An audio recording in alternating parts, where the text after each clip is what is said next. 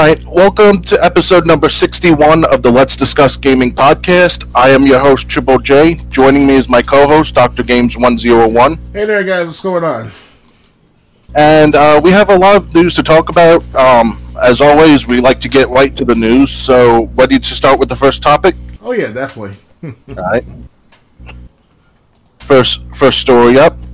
Ninja Gaiden and Dead or Alive reboot news may have been premature. I'm going to read the article and then I'll read the update. Because this article is the actual article. Team Ninja is reportedly planning on rebooting the Ninja Gaiden and Dead or Alive franchises. According to the Korean video game online community, WoolyWeb, Team Ninja head Fumihiko Yasuda attended a panel at the G-Star conference in Busan, South Korea. He reportedly showed a slide at the end of his panel, pictures of Ninja Gaiden and Dead or Alive with the caption, "The Future of Team Ninja, Reboot a Popular Series." In a statement to VGC, Koel Temko said, "We have nothing to announce at the time." While Ninja Gaiden received the Ninja Gaiden Master Collection last year, the franchise hasn't gotten any new entries since 2012 with Ninja Gaiden 3. However, Yasuda mentioned earlier this year that Team Ninja would be willing to outsource the production of a new Ninja Gaiden game as long as it exceeds fan expectations. Dead or Alive 6 is the latest entry in the Dead or Alive series and was released back in March 2019. In GameSpot's Dead or Alive 6 review, we said, despite some missteps, Dead or Alive 6 is a fun, engaging fighter with great feeling, easy to pick up combat, a strong sense of visual style, and a lot of personality. If you're looking for a new fighting game to learn the ins and outs of, or perhaps a nice entry into the 3D side of fighting games, Dead or Alive 6 is a fighter of choice. That was the original article. This is the update. Team Ninja has tempered expectations for any sort of announcement in the near future, telling VGC that it has no details or information to share on either franchise, and that it will give more updates going forward if that changes. So, do you think someone let the cat out of the bag early, or do you think this was a mistake? Well,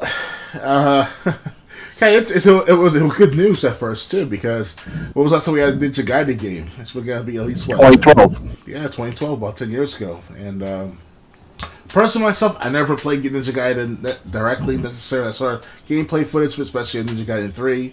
I currently own a copy of Ninja Gaiden 3 on the 360 version, I believe, from the Games with Gold. Yeah, that was the Games with Gold, I think. Yeah, and it's to the point where, it was too early. If they couldn't get the game in time to fix it or to actually correct the game, like that GTA 6 leak, that's on their part, because They should be like some sort of gatekeeping within their own little grouping of the making this game, whatever. And if every company for the last several months, if not years now, are leaking footage of like GTA 6 and Ninja Gaiden and Tekken and all, then there's no trust among the workers after a while. And it's like, God said, transparency is key to anything to progress well into the game industry and all, but if you don't have the product ready, then what's the point of mentioning it? So, I guess it was premature. They should have waited a few months, at least, and then take it from there. I remember back in how many years ago, they'll have a trailer or a TV commercial about weeks before it comes out, at least. Not months, if not years, So, with the internet, everything's powerful and interconnected. That's why it's leaking like crazy, so... Well, it seems like one hand should have known what the other was doing before the announcement was made. Mm-hmm. I do believe they have plans, because, like you said, Ninja Gaiden 3 for the Xbox 360 was 10 years ago.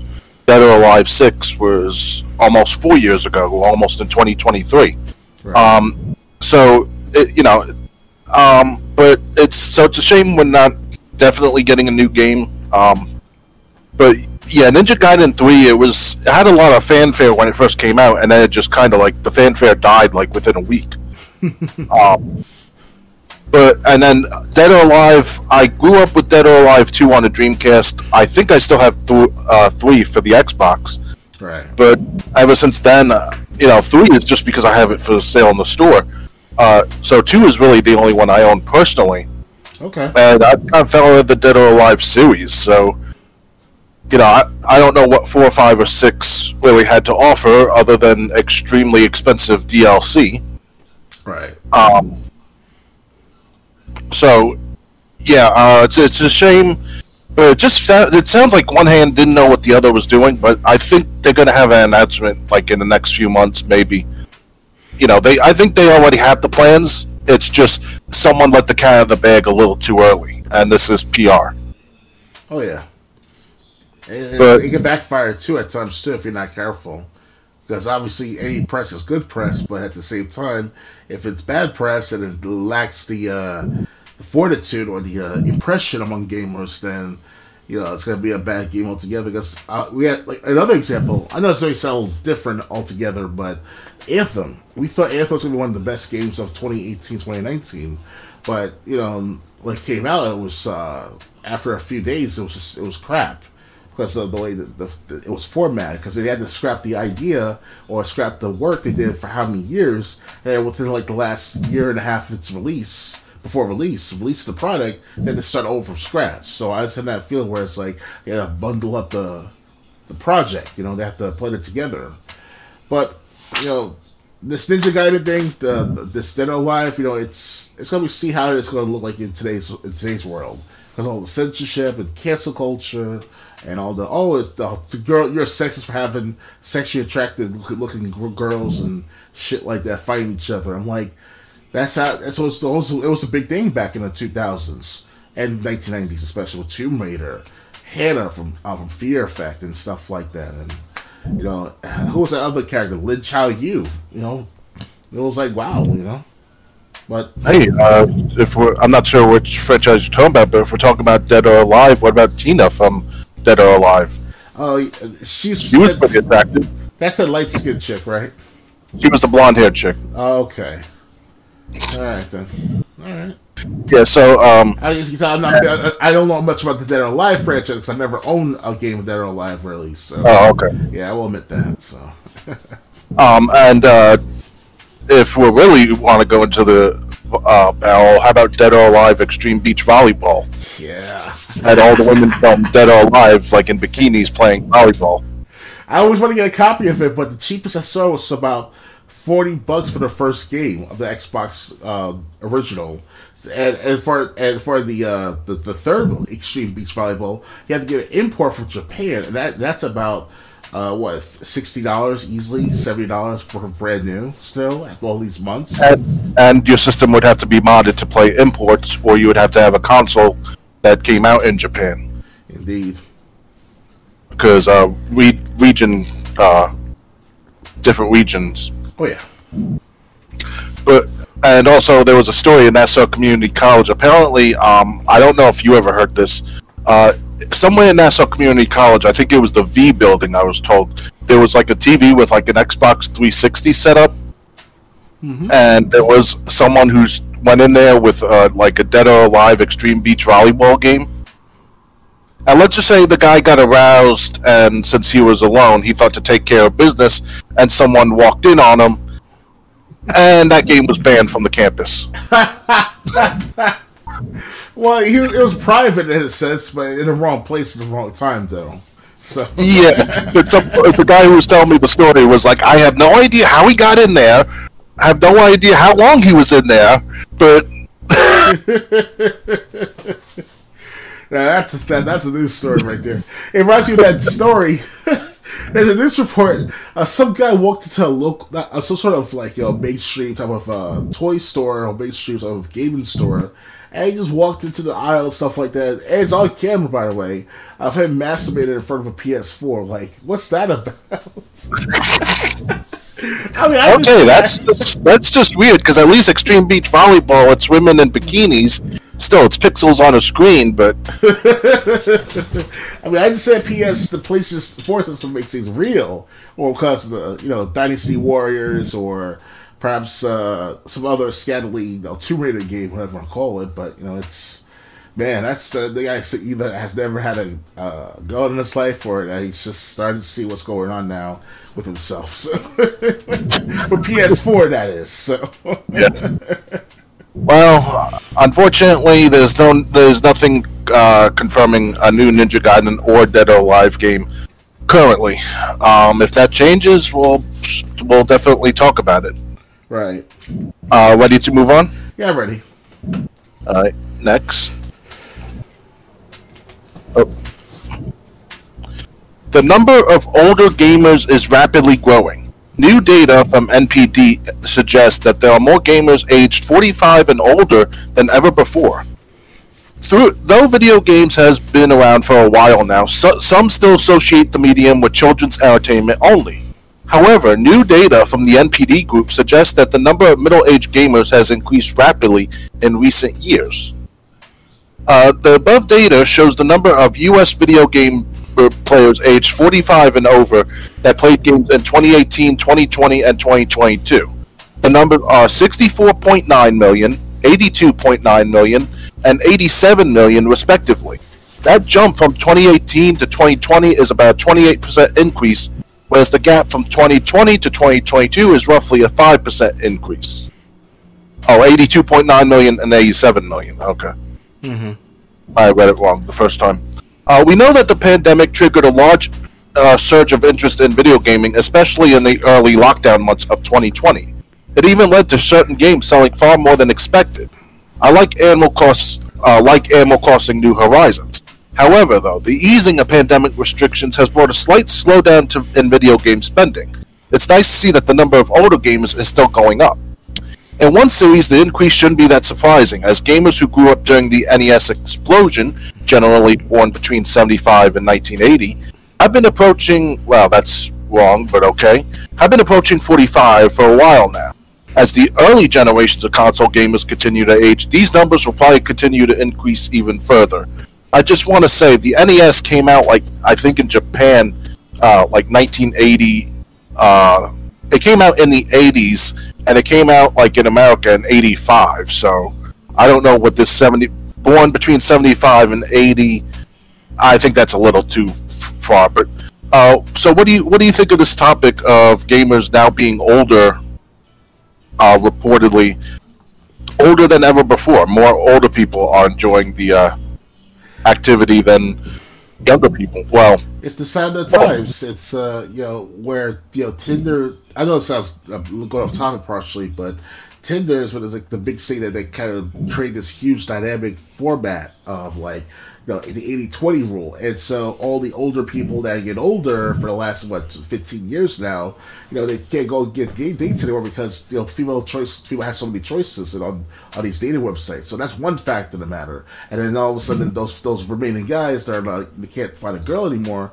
they stick with games with Tomb Raider and stuff like that. Even back in the 1990s, but back then though, it was no internet for almost the entire populace back then. They had just started to go into those homes around by the 2000s.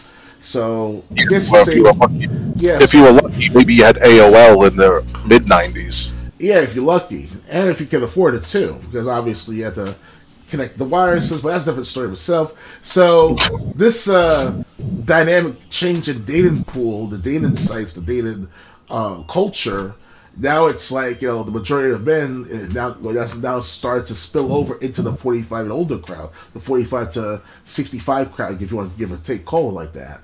And speaking of the younger crowd, 40 and under, which is you, me, and perhaps the other 20-year-olds out there still watching, playing these games online and stuff. They're growing up too. So eventually, no dates, no family being made, nothing of that sort. You get an increase of men willing to play more video games or any use of electronic equipment.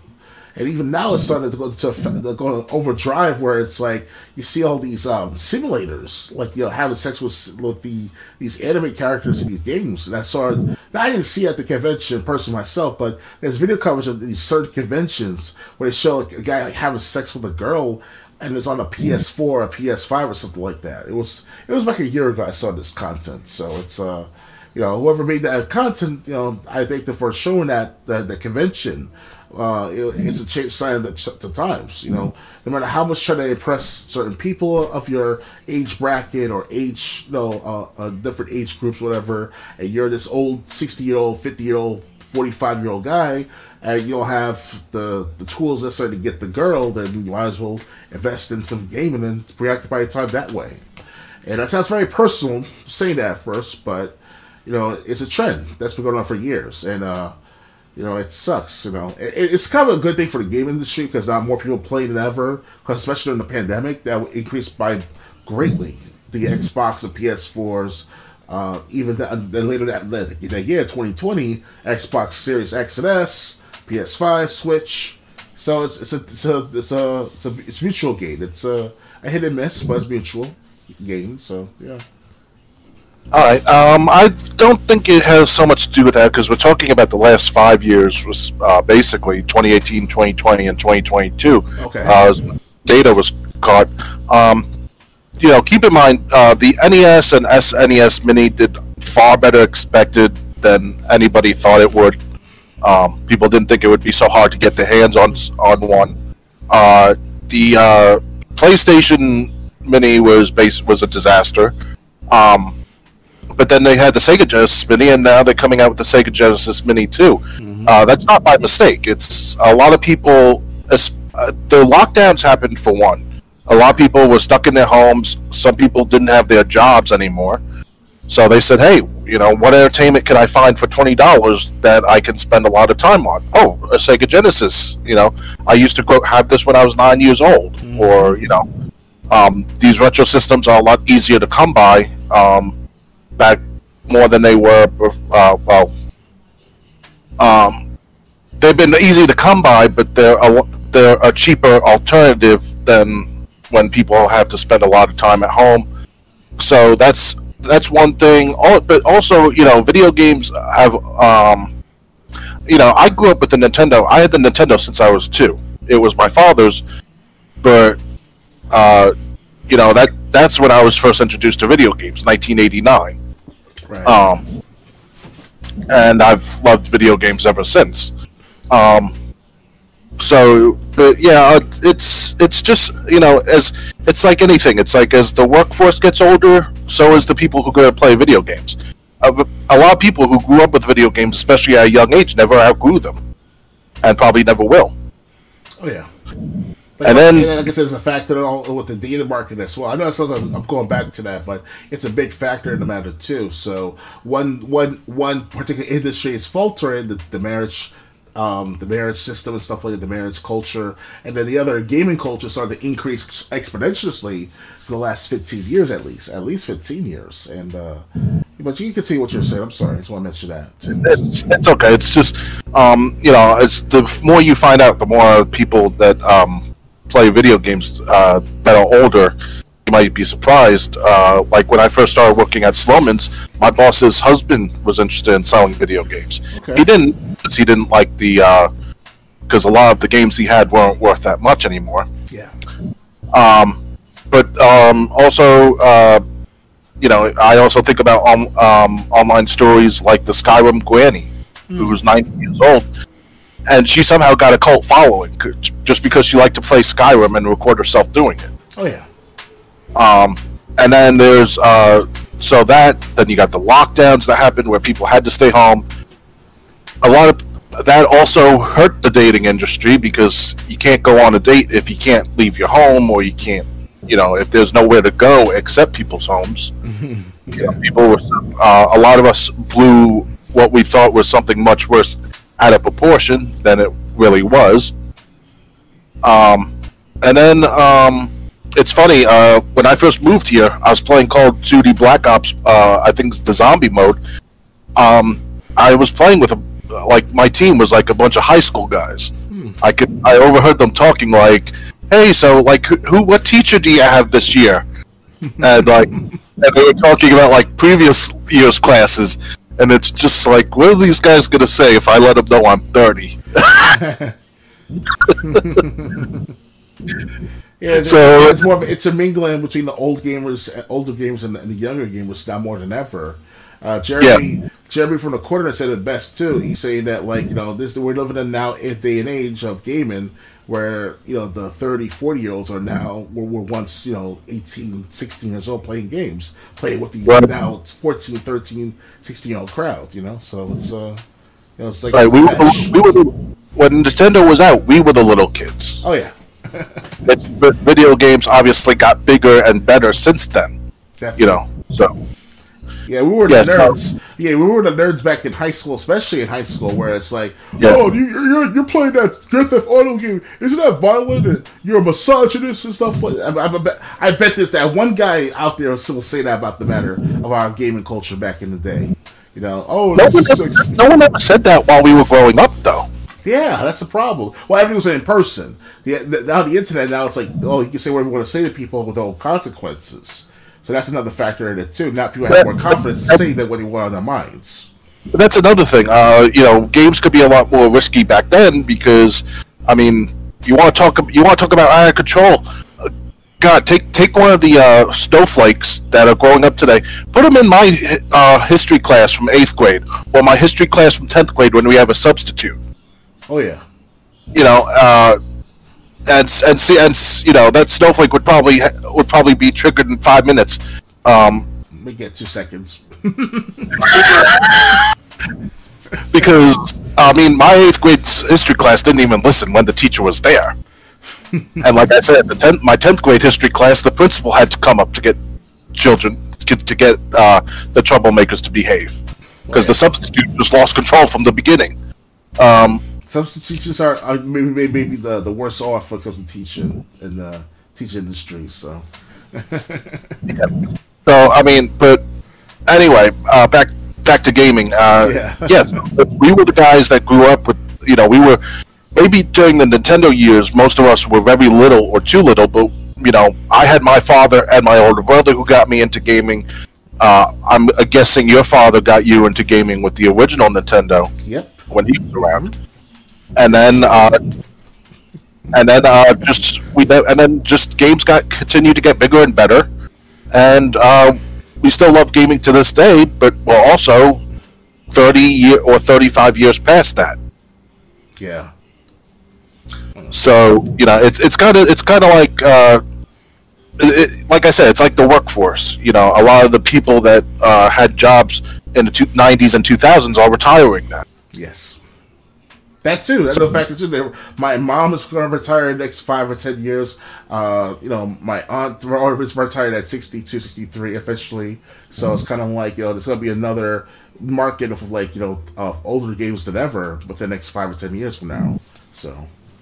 Yeah. So, and with people, you know, some nostalgia is a powerful thing. Yes. With people, I mean, you know, when you have something from your childhood and you put it away, and then you revisit it 30 years later, you know, that thing either A, will get you interest again, or secondly, it will, or it might not if it was bad. But, you know, it's kind of like people who collect action figures. Then 30, 40-year-olds aren't collecting them to play with them. Of course. They're collecting them because they like to put it on the wall, look at it in the wall, brings back the memories of when they were 8, 9, 10, and used to play with them. Especially those G.I. Joes back in the 80s, the 90s, especially during that time. It was that masculine, but at the same time, not that toxic masculinity bullshit they're talking about today. It was like, you know, you get this nice, strong men with fighting into battle, fighting the Cobra, not the Cobra unit, but the Cobra unit's called, I think it was, the modern day G.I. Joe, but with enemies like maybe that they're like the communists or whatever in the subtle sense, quote unquote subtle sense, and you know, get the hot babe at the end of winning the war or the skirmish, whatever, that type of stuff. That was like that was good stuff to look up to.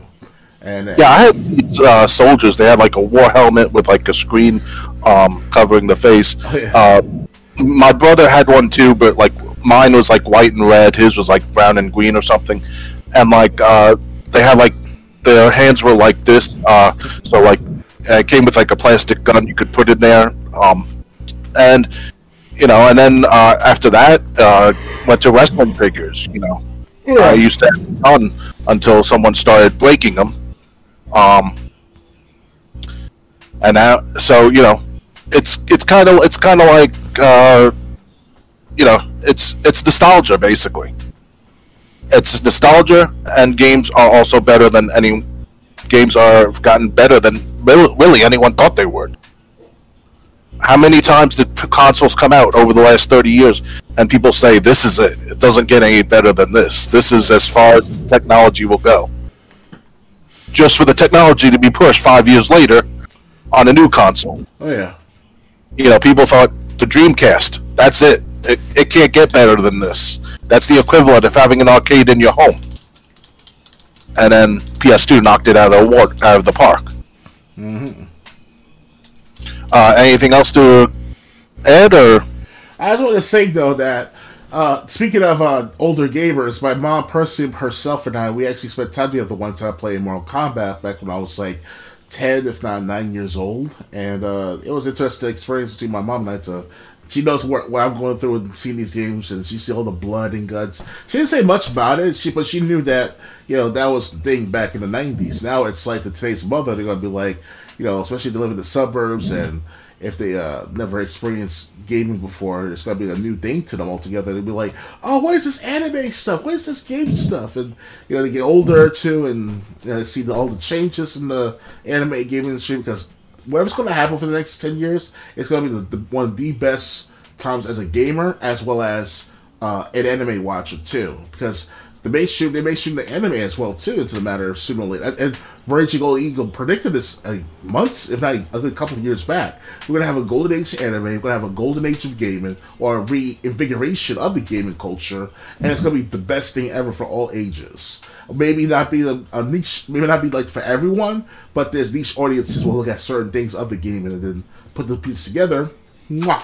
Perfecto, So that's what I'm thinking of. Yeah, but it's funny you bring that up. My older brother and father, when we had Nintendo 64, we used to play GoldenEye multiplayer together. And even my father liked it. When we showed my mother Pac-Man on PlayStation, my mom liked it. She also liked Press Your Luck on PlayStation 3.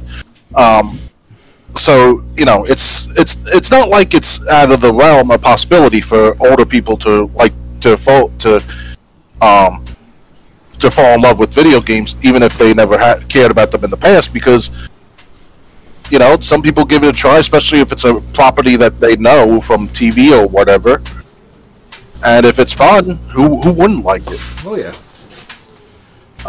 Ready to move on. And one more thing too, as time progresses, technology is getting smarter, more sophisticated, more easily available and ready and able to use the technology. So it's not going to be like not lesser jobs, but it's different dynamic in how jobs are being portrayed and be distributed among the populace at large. So you might be a programmer for working only like 30 hours a week instead of 50, 60 hours a week at a fast food restaurant, and then the older people already retire.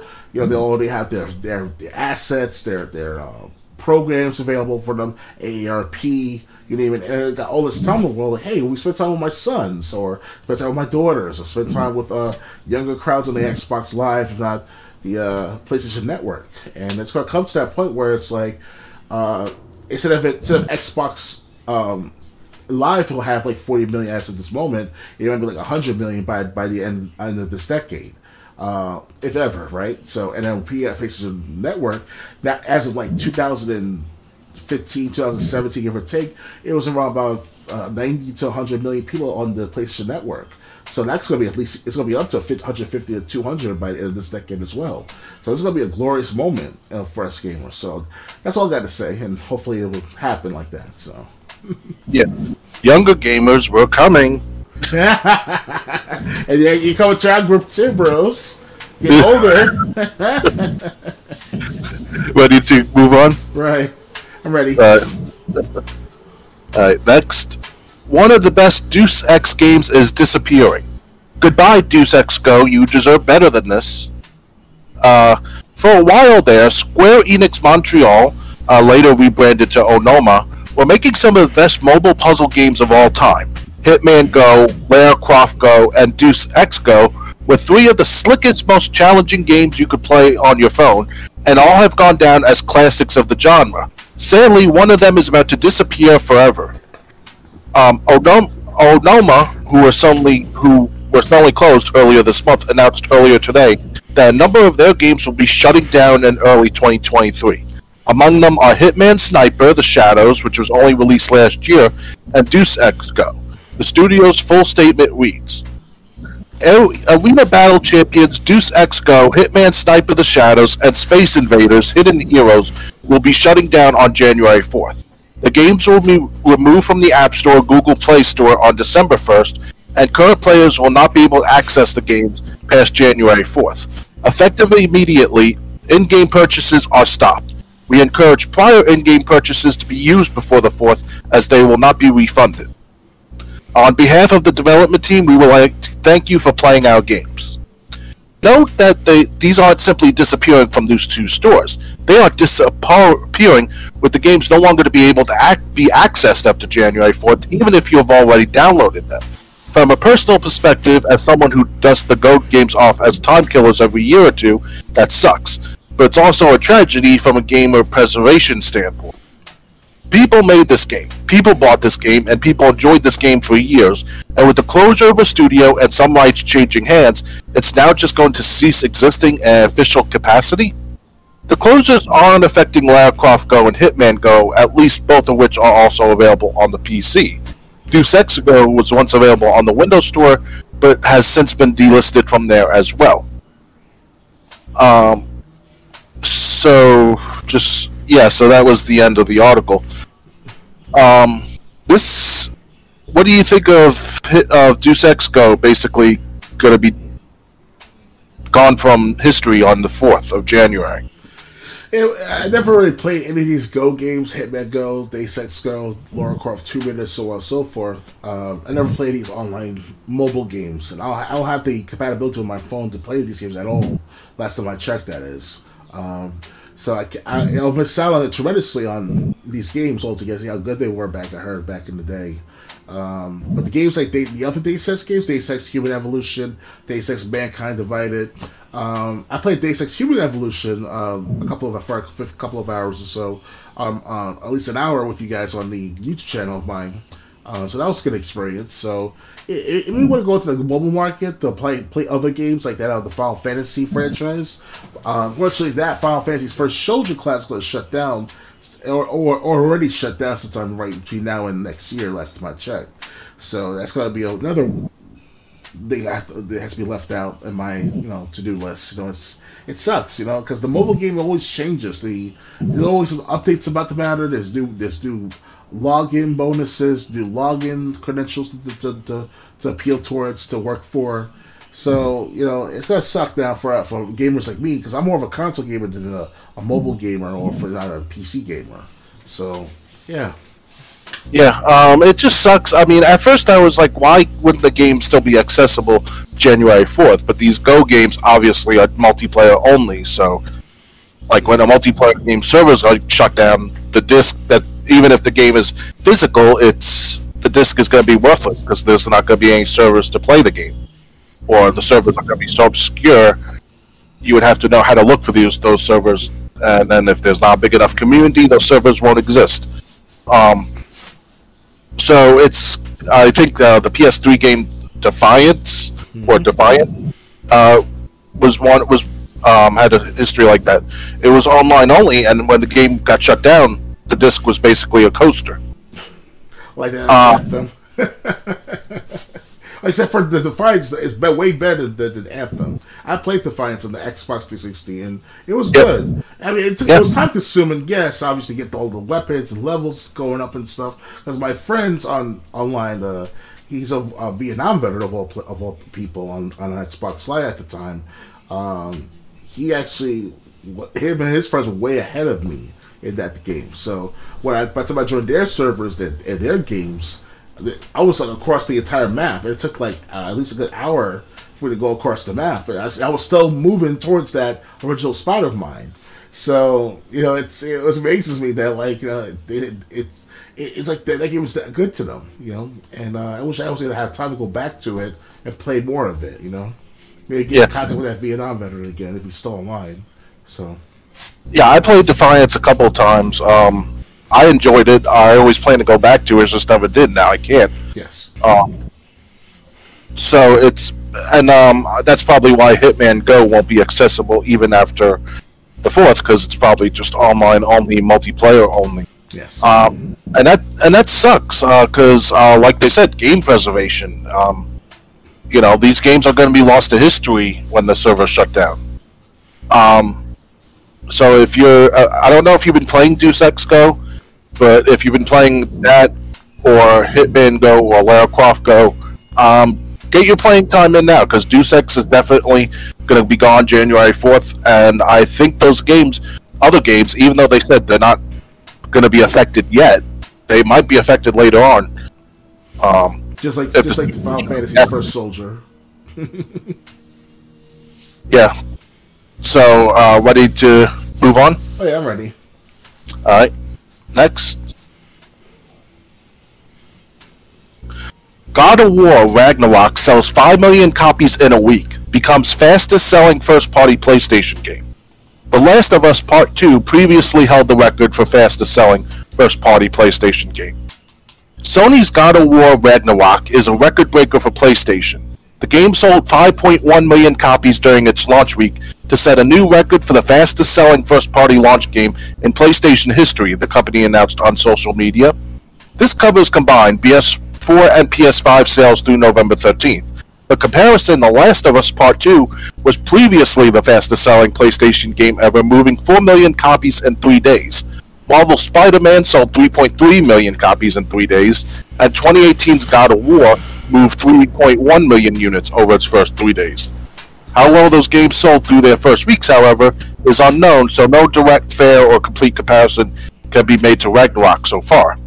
Sony has also said nothing about what God of War Ragnarok cost to produce and promote. One would have to imagine getting LeBron James, Ben Stiller, and John Travolta in a room together to promote the game came at a sizable expense. 5 million copies sold in a week sounds like a lot, but without further context, it's difficult to understand how much of a success the game was commercially. One thing that is more clear is that Ragnarok is a critical darling, scoring rave reviews across the board, including a 9 out of 10 God of War Ragnarok review from GameSpot. Despite Ragnarok's fast start sales-wise, developer Santa Monica Studio has no plans to support the game with post-launch DLC. Ragnarok still has a long way to go to catch up to 2018's God of War, which has sold more than 23 million copies. That game also benefited from a launch on PC. As of yet, Ragnarok has not been yet announced for PC. If it does come to PC, it probably won't be for another year. So, what do you think of God of War Ragnarok doing so well? Surprised, I heard the good and the bad of Ragnarok. The good side of it, like you said, it had made 5 million sales, 5 million copies in a week, not even, and that's good. 3 days, yeah. But at the same time, the bad side to it though is that it's generic gameplay to some players.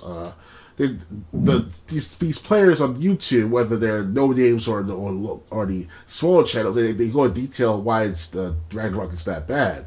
And these smaller channels are saying that the reason it's so bad is that it was too generic, repetitive, as well as that it's not memorable, these boss fights. At least the boss fights are not that memorable. So it's kind of like, I can agree with that to some extent, because this is the sequel to the reboot of the franchise. Because the reboot was doing well, in my perspective, is better than the second one just by looking at them, because of the originality, because of its nostalgia and stuff. Now with the second game as a reboot, it's kind of like another Modern Warfare game of sorts. That's it's all right to play, but it's just not the grandiose. It's not the best memorable gameplay experience ever. So, Yeah. So, I never played. I don't really have much success with God of War. I think the only one I played was like a PSP game, like Ascension or something. Yeah. But yeah, so I mean, this is one of those games that's selling. I'm wondering why it's not getting DLC. Do most God of War games not get DLC after launch? Or I'm aware of, especially the ones that that Mr. X gave to me. I call Mr. X. He's only donated a PS3 to me the other month or two, and he gave me games like God of War 1 and 2, as well as Ascension. It's somewhere around my pile over there somewhere, but yeah, it's they'll have no, like, if you want to think of DLC, think of those extra discs that came with the game later on, years after it came out. The original God of War, that is, and those are like those are expansion packs, if you're referring to that. But as far as the reboot's concerned, I'm not sure. So, all right, So yeah, so I mean, it sounds like they spent a lot just to promote the game, but also a lot on actors. But to sell as many as it did in 3 days, it's not Grand Theft Auto 5 numbers. Grand Theft Auto 5 hit 1 billion in 3 days. Not even a week. Yeah, you're right. But it's it's this sounds like it's going to be profitable anyway. Yeah, it may not be the one. It may not be totally the best game of all history, of gaming history, that is. But it's one of the best games of 2022, as well as one of the best games from the decade as well, most likely at this rate too. So. Yeah. So I mean, congratulations, Sony, for God of War Ragnarok. Hopefully the success continues. Yes, indeed. Ready to move on? I'm ready. All right. Next. Microsoft explains why Elder Scrolls 6 will be exclusive and Call of Duty won't. Xbox tries to convince UK regulators that some ZeniMax and Bethesda games are not really a big deal when compared to Call of Duty. The court proceeding to justify why Microsoft should be allowed to acquire Activision Blizzard are still currently ongoing. In response to the UK market regulator's statement about the acquisition, the publisher suggests that it makes good business sense for them to make a mid-sized game like the upcoming Elder Scrolls 6 exclusive, while also arguing that there's just too much money to be made from having Call of Duty on PlayStation to pull that from Sony's platform.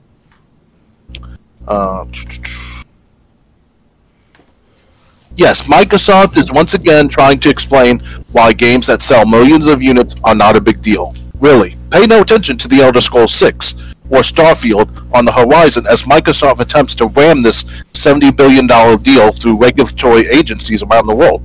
Did somebody working for PlayStation write this?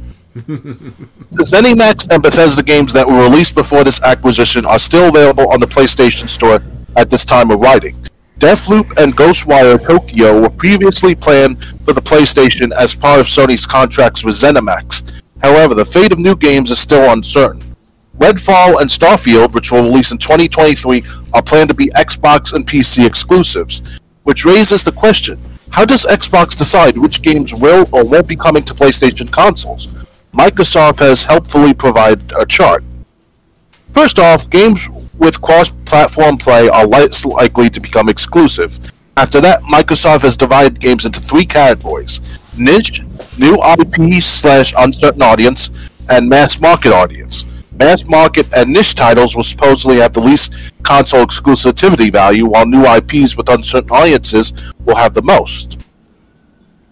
I understand that Starfield is a new IP, but it feels a little disingenuous to see Microsoft argue that the fanbase is dedicated rather than broadly appealing, or that Fallout 76 is a niche title commanding a player base of 13 million people.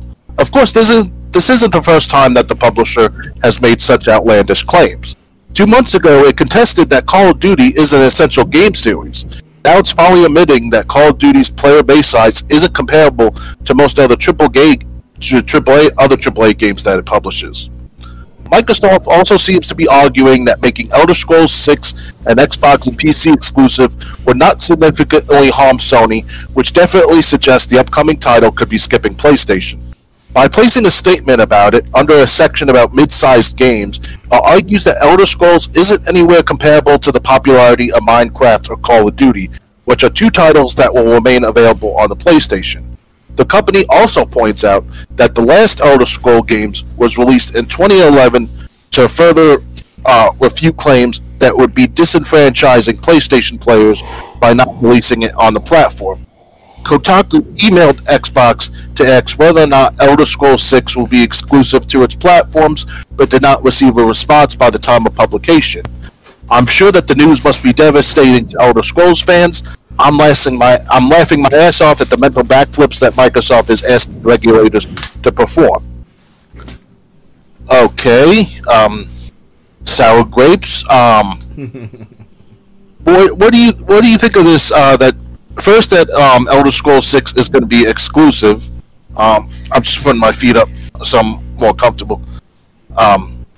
But what do you think about Elder Scrolls 6 being becoming exclusive And then basically saying new IP titles are going to be exclusive, while games with bigger fan bases won't be.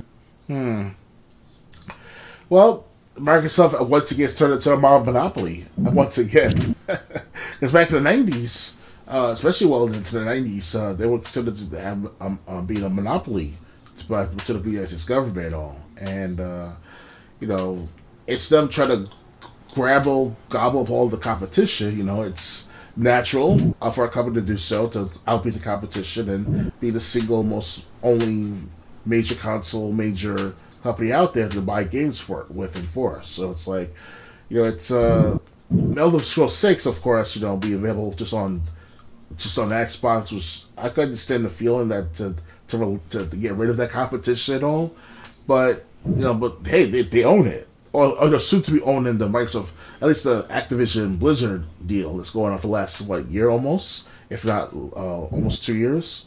So I guess you could say is that Microsoft have every right, if they own this shit, they own these games, these IPs, and all, they have every right to distribute however they want to whatever company that's out there.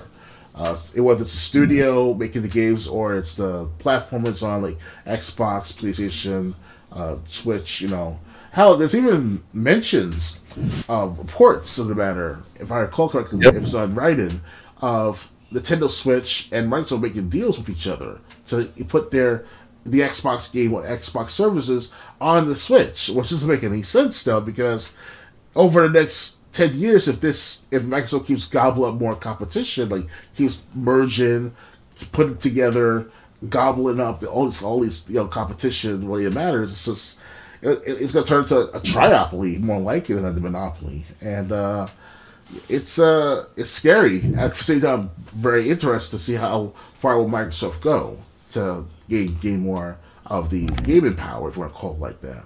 So, Elder Scrolls 6, it's been on the PC for how many times, for how many years, decades even. Elder Scrolls, I have the Elder Scrolls Oblivion and Skyrim on my console, so the Xbox One, thanks to them porting over to the Xbox system and all.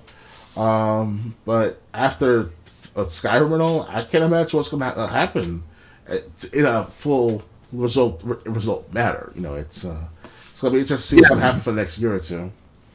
Yeah, the thing is, Microsoft didn't buy or think of purchasing Activision Blizzard to lose money. They have to make their money back somehow, and the way they're going to do that is having exclusive games. Oh, yeah. They're being a lot more they're being a lot more lenient than I would have, at least than I would have if I was running Microsoft firsthand. Call of Duty, fine. It's been on PlayStation for years. It'll continue to stay on PlayStation. Maybe you give us something as long as we're still supporting Call of Duty to come to PlayStation. Maybe you let something come to Xbox. But like they said, new IPs are most likely they don't have a player fan base.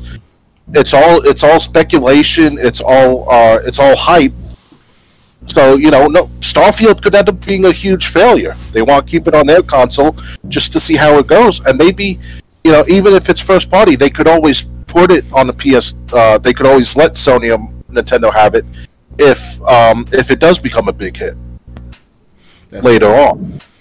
And if I recall correctly, speaking of movies, Star Wars and all, Disney now owns Star Wars for how many years now? And for the last 10 years at least, it was a bad investment on George Lucas' part in the long term, because he may got a lot of money out of it, billions of dollars, whatever that amount was in billions, but it affects the integrity of the IPs as well, because Disney's buying this company, buying that movie, buying that IP, like that of Microsoft and PlayStation and Microsoft Xbox and all. So it's kind of like it's these companies got to learn not to gobble up too much of the competition, but at the same time it's it's a competition. Yes, it's business. Just like this is from the book, of Willie Loman, been told by his manager. It's a book from the 1960s, I think it was, saying "Death of a Salesman." That was the name of the book, and he said Willie Logan, or whatever his name, Loman, I think it was, saying "Oh, business, Loman. What can I say?" It's the rule with consoles was it's always, it needs first-party support and third-party support to survive. Oh yeah. A console with just first-party games is not going to make it by itself. But I mean, the strategy now seems to have been buy up the third-party support and turn them into first-party. But you can't really blame if you got the money to purchase that studio and the rights that go with that company. You really can't blame them. It's just not business. You know. It's natural. It's a human nature. Not a human nature, but also it's a company nature too. Yeah. So I mean, we're going to get more into Microsoft and struggles with trying to purchase Activision Blizzard, letting it go through soon. But yeah. So I mean, it sounds like a sound investment. Games that already have a big fan player base will stay multi-platform. Games that don't, or games that haven't been released yet, will be exclusive. Oh yeah. It sounds like the best idea. And speaking of Call of Duty, it's gonna be interesting to see within the next 5 years at the most to see if Call of Duty is gonna be still be on PlayStation for that long. So I think it will. We'll get to that soon. Oh yeah, definitely. Ready to move on? I'm ready. All right. Next. Microsoft reportedly make concessions, including 10-year deal with PlayStation to get Activision Blizzard deal done. Microsoft will reportedly offer a 10-year licensing deal to Sony in an attempt to appease regulators and get the deal done. Microsoft's attempt to acquire Activision Blizzard has faced a good amount of scrutiny and pressure from regulators and lawmakers, and to help get the deal done, Microsoft could make some concessions. According to Reuters, one such concession could be a lengthy licensing deal for PlayStation. Citing a source, the report said Microsoft's main remedy to regulators at the European Commission would be for a 10-year licensing deal with Sony. That's all the report had to offer on the matter, but presumably this pertains to the Call of Duty series that Sony has caused a stir about over exclusivity. The New York Times reported that on November 11th, Microsoft offered Sony a 10-year deal for Call of Duty on PlayStation. Microsoft is offering up a concession like this could help get the deal done over the line, Stephanie Dionette, a partner at McDermott, Will, and Emery told Reuters. It also might not be enough to given the scope of the deal and the extent of concerns from regulators, not just about Call of Duty, but other elements, Dionette said. The European Commission will publish its decision by April 11th, and it's just one regulatory body that needs to approve the deal or not. A spokesperson for Microsoft told Reuters that the company continues to be committed to launching Call of Duty games on the same day on Xbox and PlayStation consoles. We want people to have more access to the games, not less, the Microsoft spokesperson said.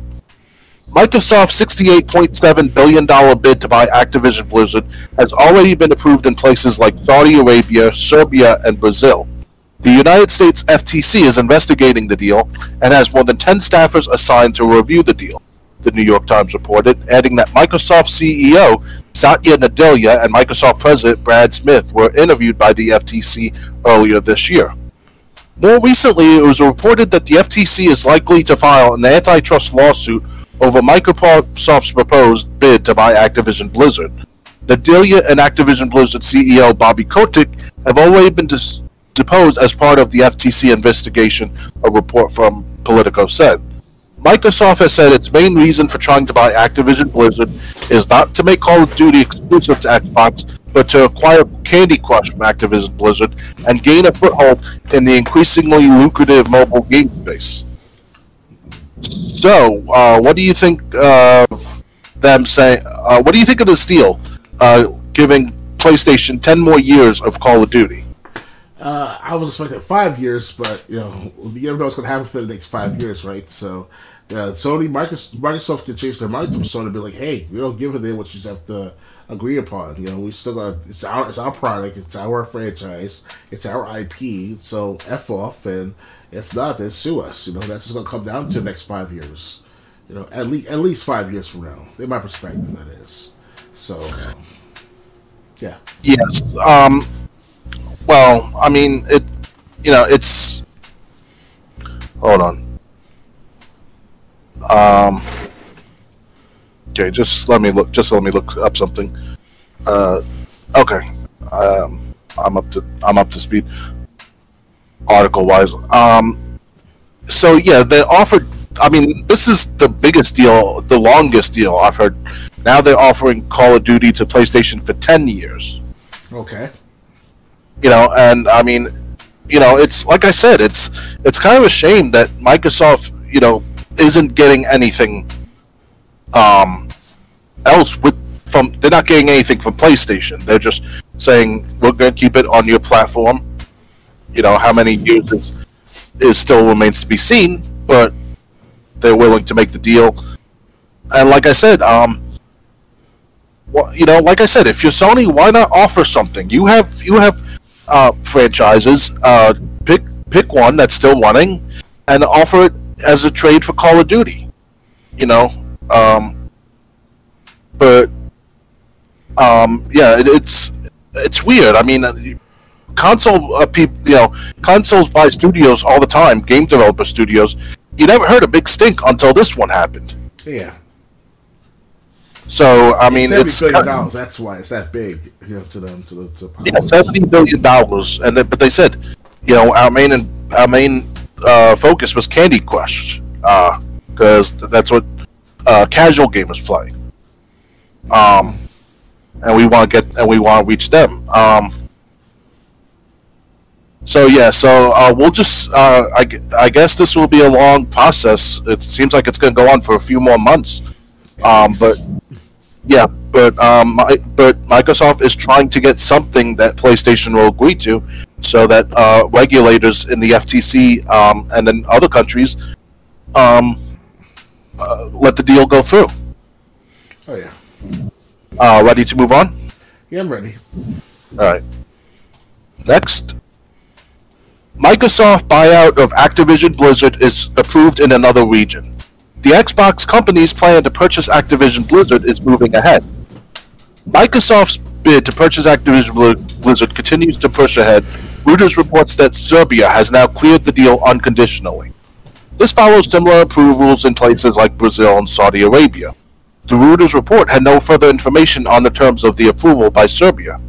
In the UK, Europe, and US, Microsoft's attempt to buy Activision Blizzard continues to face scrutiny and pressure from regulators and lawmakers. Just recently, it was reported that Microsoft will offer some concessions to help get the deal done, including agreeing a 10-year licensing deal with Sony that would keep Call of Duty on PlayStation for the next decade. Recently, it was reported the FTC is likely to file an antitrust lawsuit. We already kind of read this, so I'm not going to go again. Yeah, so like we just to sum this up, Serbia, Saudi Arabia, Brazil already said it's fine, but they still need UK, Europe, and the United States to say the deal can go through. So it's.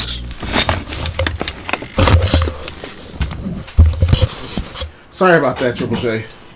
It's okay. That article was just saying what we already found out, that that Serbia was the latest to approve of the buyout of Microsoft purchasing Activision Blizzard.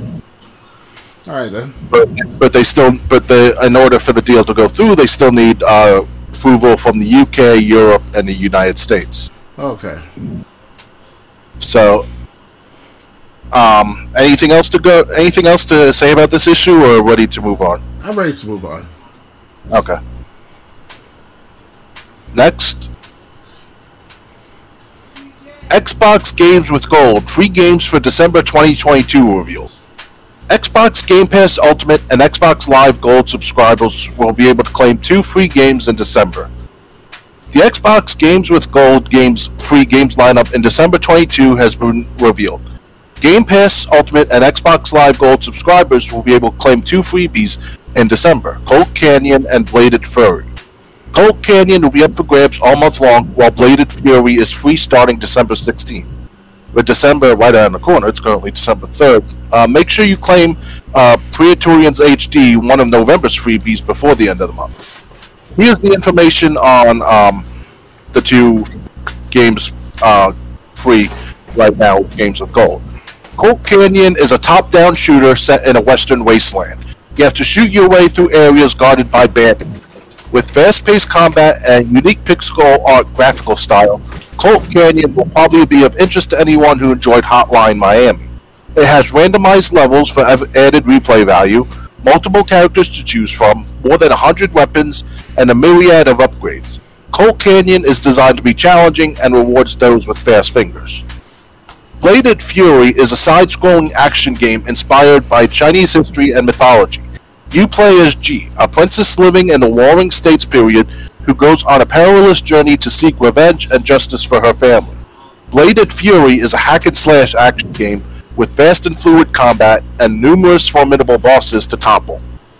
All Xbox Live Gold and Game Pass Ultimate members will be able to claim these two games in December. As a reminder, if you aren't already an Xbox Game Pass Ultimate subscriber, you can get your first month for only $1. If you're looking for something else to play on your Xbox Series or Xbox One, make sure to check out the Black Friday sale, but that sale is over. So what do you think of Colt Canyon and Bladed Fury? I don't know what those games are, but if they're good, by looking at the trailer, I'll play it. I mean, I'm very surprised that they stopped collecting, have people collecting Xbox 360 and Xbox original games now after all these years. It's like how can you just stop that and still just give Xbox One games only? So the prices should be reduced then for the Game Pass as well as for the Xbox Gold at least, right? So or at least Gold. Yeah, at least Gold, yeah.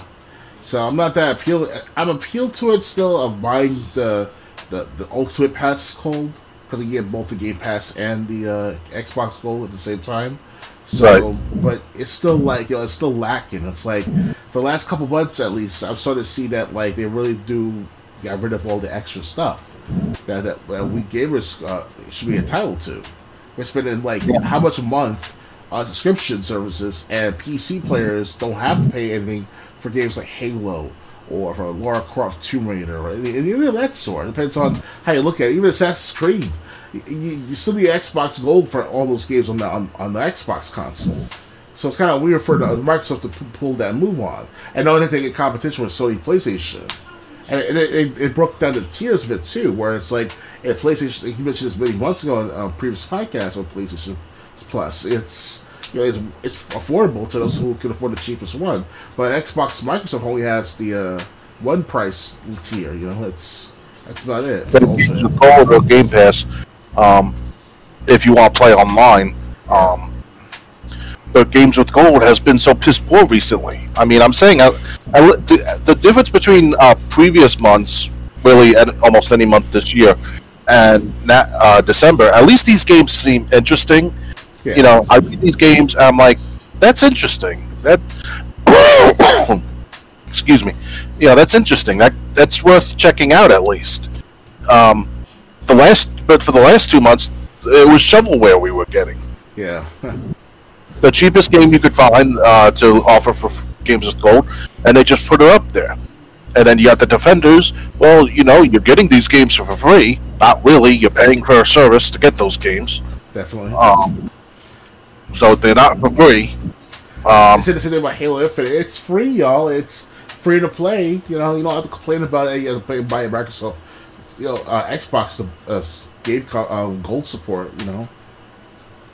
Yeah. So it's So I mean, I'll say at least these two games are interesting. At least at least they sparked my interest. That's something that hasn't happened since September, and the only reason it happened in September was because of the 360 games, yes, and the Xbox games that were still part of the Games with Gold. And Games with Gold they have to not only this is a good start, but they have to get better. Otherwise, they're going to lose a lot of people. Eventually, over time, they'll lose people. Not one quick whiff, swift. It's gonna be gradual. There'll be lesser and lesser people as time goes along because prices will go up even further. The games are going up in price to $70, if not at least $70 altogether for the major titles like the NBA, NFL. Yeah. So. Yes. So, but I mean, Games with Gold. Like I said, this is a good start. It's better than what we've got in the last 2 months. Um, but it's.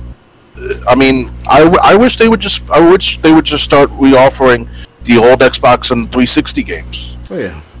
Hell, bring back Halo Reach and Halo 3 if ever. Have more people come to those games, even if they're offline or no longer online for online gameplay. But still, it's like people were willing to spend the extra $10 just to get those games. Like they did back how many years ago? It was like back in 2015, 2014 when they started Games with Gold, and it was called Free Games with Gold at the moment too. So yeah, and they have the campaign that people could work together in Halo, at least Halo 3. Yes. So it's not you'd have to be playing off the same console, but at least there would be something. Yes. But hey, at least these two games, I've seen gameplay, a few seconds of gameplay from both. They look good. This is the most interesting I've been in Games with Gold in the last few months. Okay. So, anything else to add, or ready to move on? Yeah, I'm ready to move on. Okay. Next, GTA series didn't really begin as dinosaur video game, original developer says. Again, I'll read the article and then read the update. GTA 5 might be one of the best-selling games ever, but the Grand Theft Auto series wasn't always a surefire hit. In a recent interview with the BBC, early Rockstar North employee Colin McDonald noted that GTA 1 was initially based on a tech demo that featured a dinosaur rampaging around a city, and that was considered a long shot at success by staffers at the time. McDonald said that one of the original programmers at Rockstar North, then known as DMA Design, Mike DeLilly, or Daly, developed the tech demo in order to explore the possibilities of a top-down perspective. After adding moving cars to the city in order to give it some life, one employee suggested that it would be more fun to control one of the cars rather than the dinosaur, and that determined the future scope of the project. McDonald also told the BBC that during GTA 1's development, the company's staff voted the project as the least likely to succeed of their current crop of games in development. He said that the game was buggy and difficult to play at that time, though it came into its own in the last 6 months of development. In other GTA news, Rockstar recently announced that it will continue to support role-playing servers as long as they don't have NFTs. We also know that the development of GTA 6 is well underway thanks to one of the biggest leaks in video game history earlier this year. Based on current plans, it will likely feature two main characters in a Bonnie and Clyde style relationship and will be set in Vice City. Okay, that was the original article. This is the update. GTA prototype creator Mike Dilley has denied that the game's tech demo was ever dinosaur-themed. Speaking to PC Gamer, Dilley said it had used code framework from an earlier project that was based on cavemen and dinosaurs, which could account for the confusion. So, what do you think of... Did you ever play the first Grand Theft Auto? Never did. The first two Grand Theft Autos never played. I only played Grand Theft Auto 3... Grand Theft Auto Vice City, San Andreas, and now 5. And that's it, so... Okay, I played the first two Grand Theft Autos. The second one is okay. The only thing I didn't like is if you're playing it on a console and on an emulator, it's really hard to find the church where you save your game, because the church was hideout. But on the other hand, the first game was awful. I can understand why they thought it wouldn't succeed because it was just you'd be driving down the road, all of a sudden you have to turn the car. You're leaning on the D-pad and the car's not turning. That's weird. My younger brother played it. He had the same problem.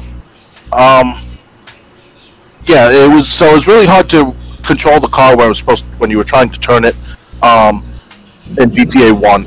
I see. GTA 2 didn't have really that problem. It was top-down view, just like the others. Right.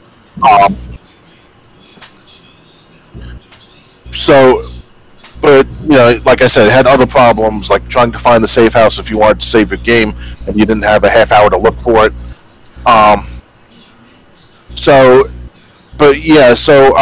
GTA 1, again, they may have used source code from Cavemen and Dinosaurs, which I think was a Sega CD game, if I'm not mistaken. Okay. But yeah, it's not hard to, when you look at the history before Grand Theft Auto 3 of Grand Theft Auto 1 and 2, it's not hard to see why the game was a long shot. Right. But this is where we've come from Grand Theft Auto 1 and 2, like in the early 90s or late 90s, to Grand Theft Auto 5 now. Yeah, definitely.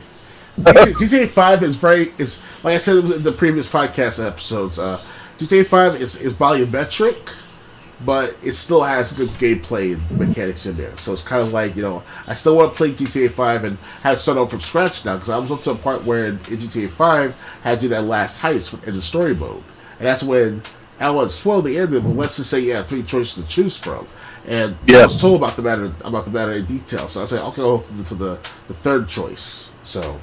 Oh yeah, I wish I took that choice. I took the first one.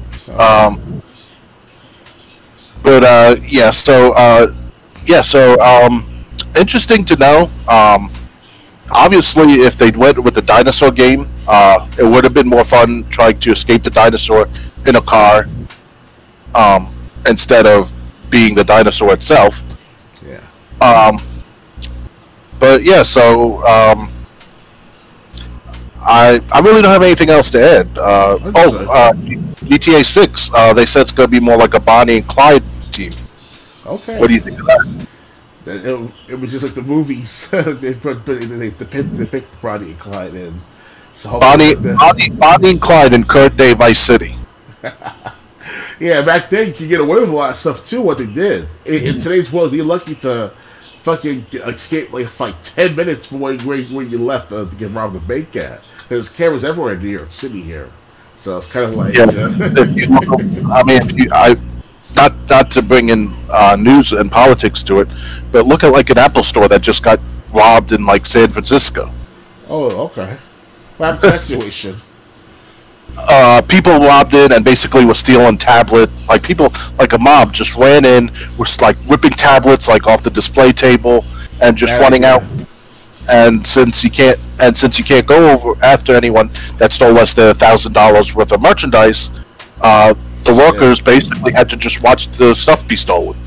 That's crazy, because there's chips inside of them. They get shut that off within a matter of minutes, especially minutes. It's in today's world, like, you cannot steal like you used to. You cannot just go out there and steal a tablet from like an Apple store or a Microsoft store. They have cameras everywhere. Yeah, now you can. They won't go, but it depending on the state, because San Francisco, like I said, you steal less than $1,000, they're not going to go after you. Of course.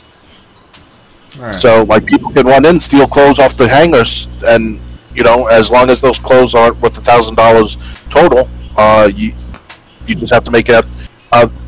Not even like the store associate can stop you. The store associate, like, if it was me and I saw someone stealing from my store, I'd take the guy and slam him down on the ground. I'd be the one in trouble in these places. Oh yeah. Yeah, so there's no point to have security at this rate too, even if you have cameras at all. Yeah, and if police aren't going to go after them, and if you go after them, you'll be in trouble. Pathetic. I have to say that's why California's getting worse and worse when we're here. There's more skid rows out there in California than ever before. So it's kind of like it's weird. But anyway, there's a story up that Walgreens is leaving San Francisco. Oh yeah, I heard about that too. Because they said we can't make money with all these robberies that are basically legal. So, yeah. Anyway, so Bonnie and Clyde kind of style story, current day Vice City, sounds awesome. Can't wait to find out more about it. And I think the GTA 1 history was interesting. Okay.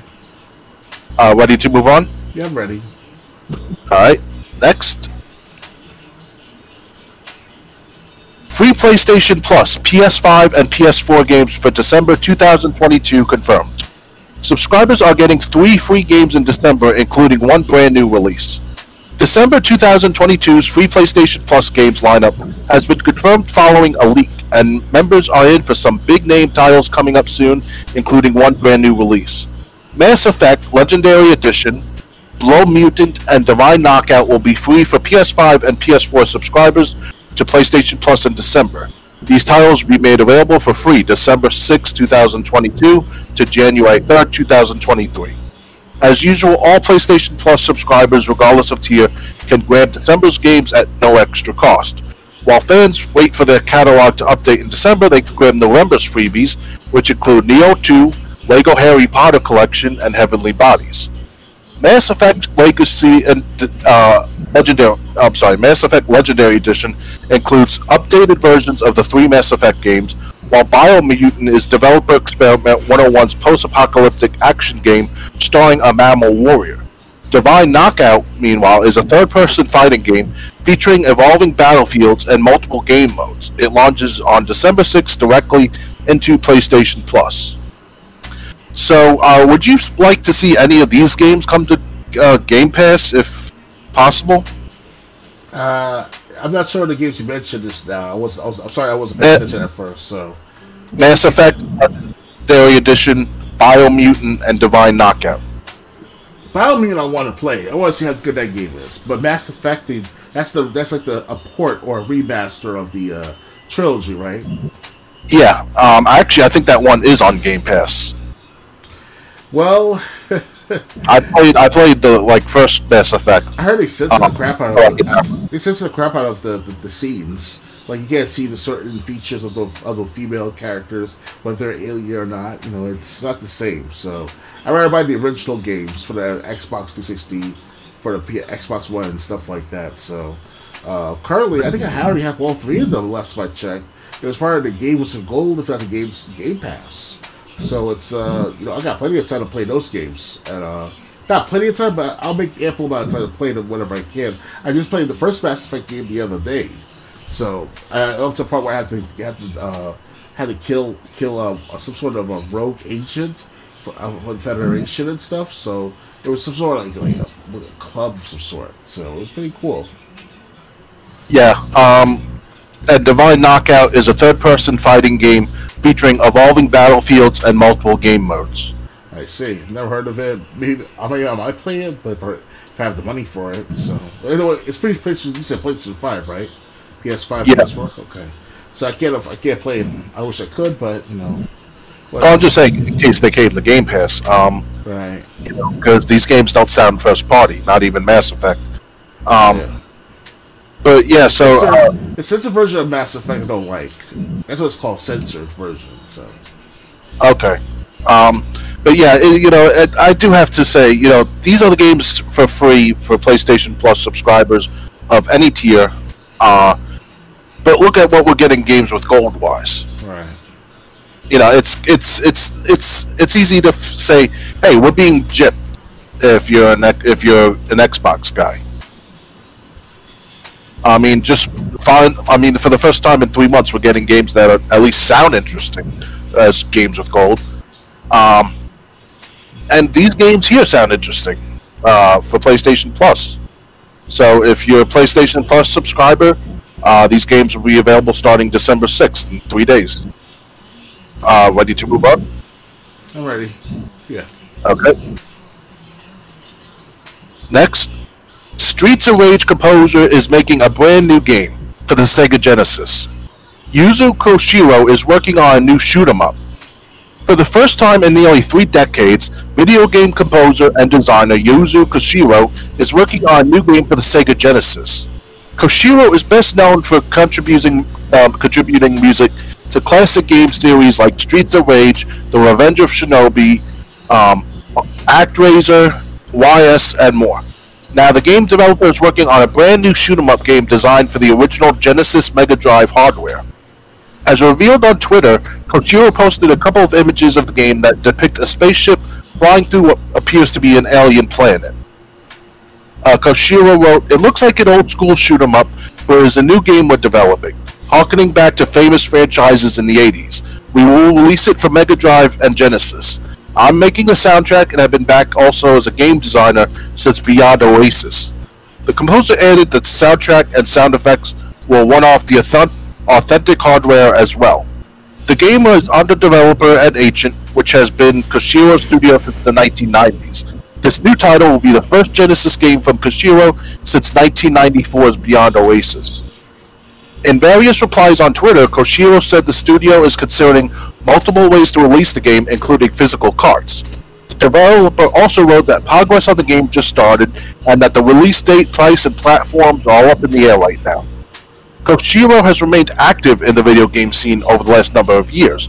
The composer is credited on several recent games, including Super Smash Bros. Ultimate, Streets of Rage 4, the upcoming Mina the Hollower, and more.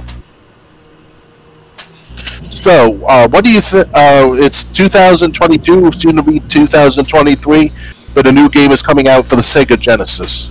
Mm-hmm. What do you think? Are we talking about the Sega Genesis from the 1990s, or is that those? The Sega Genesis from the 1990s, yes. What happened to the special 30 games in one for the Genesis style? That's something different. This game is being built from the ground up. And do they know that everyone has a Sega Genesis today? If you're talking about the real, official, original Sega Genesis, not everyone has those systems anymore. Yes, a few of them. I don't have Sega Genesis, but I have Super Nintendo, and all. But I don't know, man. I don't have the gaming system. And if I really look at the original Sega Genesis, it's gonna cost me at least $300 to get a used. No, it's not. Yeah, if you refer to the new versions of Genesis, like the PlayStation 50 games in one type of matters, that type of stuff. It's not going to be that. Even those aren't going to cost that much. How much is a regular Sega Genesis go for complete? Let me see. Scalpers or something, my friend. They're not playing. Let me. Well, I'm looking for it right now. Sega Genesis Model 1. Okay, it's $69 loose, $200 brand new. Sega Genesis Model 2, which is more common. That's $43 loose and $162 complete. $162 complete. And we're talking about new or brand new for the $162? We're talking about complete. It has the box and manuals and everything. Okay. When they're new, it's $600. Oh. But like I said, the reason for that is because these consoles are rare. Of course. You're not going to find many more new ones.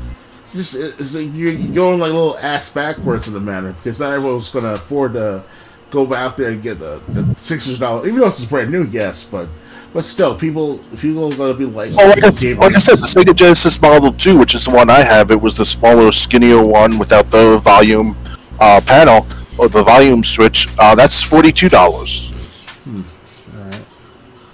That includes the controller, the console, obviously, and whoever. That's about it, really, right? Yeah, some people might offer games that might be a little more expensive. It depends. It depends on the person selling it. Yeah. But I'm saying it's not like it's $300 loose. I'm about to say, like, they're selling games like that for, like, what's it called, Earthbound 2 or Mother 2, whatever the game was, for $800 brand new, if not more so right now on eBay, if not on Amazon. That's the cheapest. Yeah, well, the thing is, that game had a limited release when it first came out. Okay. So it's already had a limited release, and now, like you said, it's brand. How many copies are still left that are brand new that collectors care about? Yeah, point. All right. But yeah, they had something like this a few years ago, where Street Fighter was coming out for the Super Nintendo. It was like a limited edition red cartridge. Okay. If I don't know if you remember that. But now they're making one for the Genesis. Obviously, it'll probably come out on more systems. That's uncertain. But this is the guy who has done music for games like Streets of Rage. So, so he's working on a brand new game for the Genesis. It might come out for current consoles also. That remains to be seen. I mean, just being realistic for the matter, for the moment, guys. Like, yes, gamers, yes, we should be able to collect the old systems, but the average everyday person that wants to get that gift for their husband or for their girlfriend or wife or whatever, etc., sons, daughters, even, like, it's like not everyone's going to go out there and just buy an old system from like 30, 40 years ago, So also either. So. Well, also, I saw the Rich Cinemassacre video. This was years ago. Okay. I think it was the Sega Genesis Mini, the first one. That's had like 20 arcade games and like 20 games that you would recognize, like Sonic the Hedgehog games, stuff like that. Yes. But the thing is, what was different about this Mini is it also had a console slot where you could, if you had any Genesis cartridges lying around, you could put a Genesis cartridge game in that Mini, and it would play the game off the cartridge. Wow, I didn't know about that one. Okay. So, it was.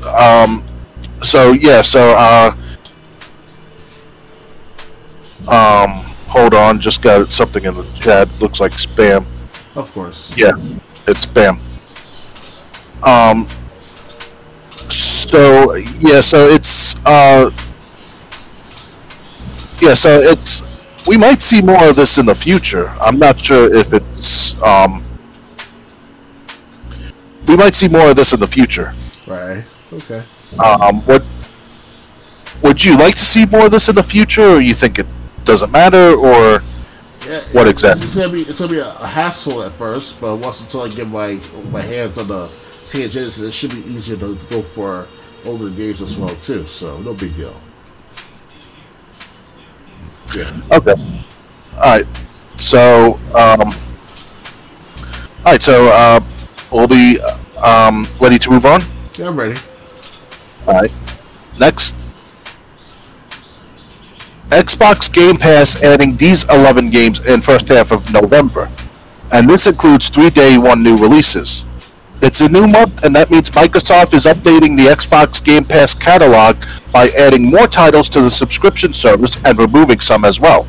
There are 11 titles coming to Xbox Game Pass and Game Pass Ultimate in the first half of November, the first half of December, including 3 day one new releases. These 3 games were added to Game Pass on the December 1st, 2 days ago, including the adventure game Eastward, the point-and-click title The Walking Dead: The Final Season, and the wacky physics-based puzzle game Totally Reliable Delivery Service. Then, 3 days from now, the Game Pass adds a big title in the form of LEGO Star Wars: The Skywalker Saga, along the day one release Hello Neighbor 2. Another new release arrives 2 days later, and the RPG Chained Echoes lands on December 8th. That's also the day that the Rhythm FPS Metal Hellsinger comes to Game Pass for Xbox One. It was already on Game Pass, the Series X, S, PC, and the cloud. So, if you want to play it, you can. You just, if you have a base Xbox One, you'll have to play it through the cloud. Another high-profile Day 1 release for Game Pass in December comes on the 13th, when High on Life comes to the subscription service. This game comes from developer Squatch Games and Rick and Morty's Justin Roiland. Also arriving that day on Game Pass is the Alchemist Simulator Potion Craft. Finally, Hot Wheels Unleashed Game of the Year Edition comes to Game Pass on December 15th alongside the 2.5D adventure game Rainbow Billy, The Curse of the Leviathan. Microsoft normally announces Game Pass editions in waves, so fans can expect a second batch of titles to be announced later this month. Do any of these games interest you? High on Life looks all right to try out at least. This is already on the Game Pass, or soon to be on the Game Pass as well. So it's kind of like, why not, right? The other games I'm not sure about. Well, they said The Walking Dead: The Final Season is coming to Game Pass. Oh, that too. Okay, I didn't hear about that one. Okay, properly, that is. Wow, that's gonna be interesting. Yeah, if I get to see that, what's it, Clementine? Finish up. Yeah, and then AJ grows up too as well. So not grows up, but about like 7, 8 years old at the time in the 4th season. So. Right. So I mean, yeah. So hopefully you'll make better choices than you did for Javier's story. Well, I heard it'll put like the previous 3 games, or at least the 2 games, with The Walking Dead Season 1, The Walking Dead Season 2, and now in Season 3, you roll over to the other previous seasons. So basically, if you beat Season 1, you'll see the changes happen in Season 2, and so on and so forth. So it's kind of like... and those choices are going to affect Season 4, too. All right. That's going to be interesting, because I will admit this, though, because of the Season 3, I kind of let Kenny kill that Janet woman, whatever that girl was. That looks like has the. That was Season 2. Yeah, Season 2 definitely, and everyone's given a choice to kill Kenny as well. I let Kenny kill her and then let Kenny alive. I did the same thing. I let Kenny kill her, and then Kenny asked, "If you trust me, we can head to Wellington together. If not, then you're on your own. Do you trust me?" And I told Kenny I still trust him. And Kenny's like, "All right, grab AJ, grab what we can from the car. Let's head to Wellington on foot." Mm-hmm. It sucks for them to fight like animals between Kenny and that chick. It sucks. They fight like animals. Yeah, but that chick wasn't really trustworthy. I mean, she said she came back for Clementine, but then she. Like Kenny said, if he thought that she killed the baby, she killed who would become AJ. If she had said that he was still alive, instead of making it look like he was killed at that rest stop, Kenny wouldn't have killed her. Of course. That's why Kenny told Clementine, you have to watch out. People are going to try to get you to act the way they want, so they can, basically tell the story they want. Mm-hmm. But you did play 3 all the way through, right? Yes, I have, and it was fucked up too. So starting the beginning of this month, you'll be able to play 4. Yeah, I get to see what happens. Well, I decided Javier's was Javier's not sister, but sister-in-law. Sister-in-law, yes. I killed her. And she turned into a zombie because since I was the very few that the majority to kill and to give that kind of respect to sister-in-law, and I actually showed that I have love interests and also care for this person as well too for doing what I just did at the end of that game. So that was pretty interesting. So well, when I played The Walking Dead Season 3, since this does make sense. I chose when the brother was there. I chose as Javier to show that me and the sister-in-law had actually become in a relationship with each other. Partners, pretty much, yeah. Like they were both in a loving relationship, even though they didn't start off that way. Even though she was married eventually to your brother at first, but your brother never came home. Yep, and he kissed, and I let Javier kiss the sister-in-law as well too. Yeah, me too. That's funny, but okay. It's funny when the brother's beating the hell out of Javier. All of a sudden, a gun gets pointed at head. It's Clementine. She goes, "Get off her!"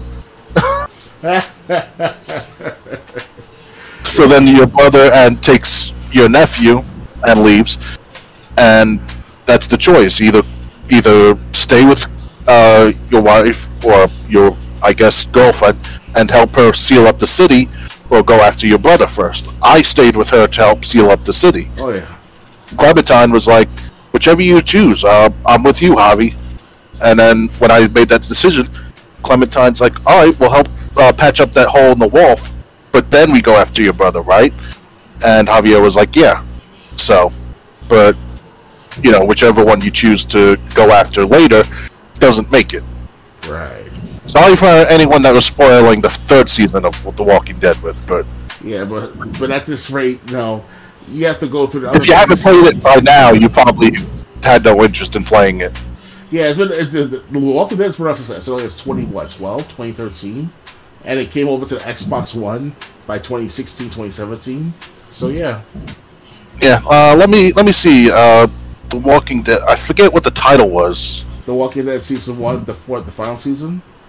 Season 3. Season 3 Xbox Frontier. One. Frontier or something like that. The Frontier. When did that come out? It was released in 2016. Oh, that early. Okay. A New Frontier, yeah. So, and it's like I said, that one's already been on Game Pass. So if you've been a Game Pass member, oh yeah, you had the chance to play it. So yeah. So I think I owned the copy of season 1, 2, and 3. So I own season 2 and 3. I just don't own season 1, but I think season 1's on Game Pass also. Right. So they gotta have to spend the $25, but I still have to spend $25 on the other Telltale games. What was what was that one? Man, it was called Life is Strange. Yeah. Yeah, I have to spend it sooner or later because I have the first episode completed, and then the rest of it I have to pay for by money. So yeah, Life is Strange. That's a good one. Life is Strange Before the Storm is also good. That happens basically. You played through the first episode of Life is Strange. Yeah, the first one, yes. Okay. So you already know that Chloe's friend. I think her name is Kate. No. I forget. Well, not Max, but Chloe's friend, while Max was gone, disappears, and Life is Strange Before the Storm is all about Chloe and that friend meeting, getting together, and the relationship they had. Oh, okay. Then Life is Strange, the original, is Chloe and Max first reuniting, and then trying to uncover what happened to that friend. Mm-hmm. Trying to uncover who was responsible for her disappearance. Right. Anyway, also Lego Star Wars: The Skywalker Saga. I have it for PS3, I think. That obviously I'll like. The others I'll try at some time. Like I said, Metal Hellsinger. I think it's already there if you want to play it on the cloud. Hellsinger? Huh? You said Hellsinger? You mean Hellsinger, right? Metal Hellsinger. I never heard that one. They said it's a rhythm-based game. I think a rhythm-based shooter. Oh. Okay. Yeah, rhythm, first-person Metal Hellsinger. That's the rhythm first-person shooter, Metal Hellsinger. Yeah. I've never heard that one before. I'm just saying. Well, it's been on Xbox One for Series X and S, but like I said, if you want to play an Xbox One X or S game on Game Pass, you could do it with the original Xbox One. You just can't stream or record it. Of course, right. I tried to do that with Plague Tale Requiem. That didn't work out, either with my computer or even trying the Twitch feature on the Xbox One itself. So I guess they convert over to the Xbox Series altogether because after this year it's going to be just Xbox Series X and S. No Xbox One. Well, no, they'll still have the games. I can still play it. I just can't record it. It's cloud game, you said, right? Yeah. That's why. Okay. Yeah. So anyway, but like I said, Metal Hellsinger will be available if people want to record or stream it. Even if they just like us have a base Xbox One. Okay. Ready to move on? Yeah, I'm ready. All right. As they said, Xbox giveth, Xbox taketh away. Xbox Game Pass is losing 11 games in December. Games like Firewatch and Lake will be leaving the service this month. Another month means Xbox Game Pass service will receive another batch of brand new games, but subscribers can expect at least 11 titles to leave before the end of December. In a blog post, Microsoft revealed the games will be joining Game Pass, including Lego Star Wars: The Skywalker Saga on December 6th, The Walking Dead: The Final Season, Eastward, and more. As these games get added on Xbox, PC, and cloud gaming, games such as Lake, Firewatch, and Aliens Fireteam Elite will be removed on December 15th. You can check out the full list below. Microsoft added that subscribers can use their membership discounts and save up to 20% to keep any Game Pass games in their library. The company removed 8 titles for its exclusive service across its available platforms on November 30th, including Final Fantasy 13-2, Mind Scanners, Mortal Shell, Arcvale, Warhammer 40,000, Battle Sector, and more. These are the games leaving in 2 weeks, or 12 days to be exact. Aliens Fireteam Elite, Breath Edge, Dragon Quest XI, Echoes of an Age, Firewatch, Lake, One Piece Pirate Warriors 4, Neoverse, Race with Ryan, Record of Lotus War, Deedlit in Wonder Labyrinth, Rory McIlroy PGA Tour, and Transformers Battlegrounds. Any of the games that are leaving bother you? I have to say, what you just mentioned, what's that game you just mentioned? One Piece is one thing. That's a much later time because I have to catch up on One Piece to watch the episodes to understand more about it. So I'm late to I'm 20 years late to the party on One Piece. Okay. So, but what's that other game? The Dragon Quest XI. I actually own that game for many months on my library. I never got a chance to play with you guys, and it's like, oh man, so I was saving for when I'm recording it all and stuff rather than just on my own.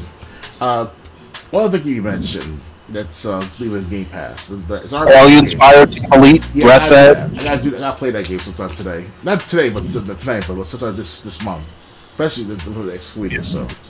Firewatch, Lake, Neoverse, Race with Ryan, Record of Lost War, Rory McIlroy PGA Tour, Battlegrounds. Those things are interesting. I mean, I can still play them for the sake of and see how good it is, or how bad it is actually. You know. Yeah, Fireteam Elite. I don't think it's that good. I think I think there's a different one, Fireteam Bravo. Let me pull up, make sure because there were two Alien games. Aliens. Fire. Oh no, Alien Team's Fireteam Elite is the good one.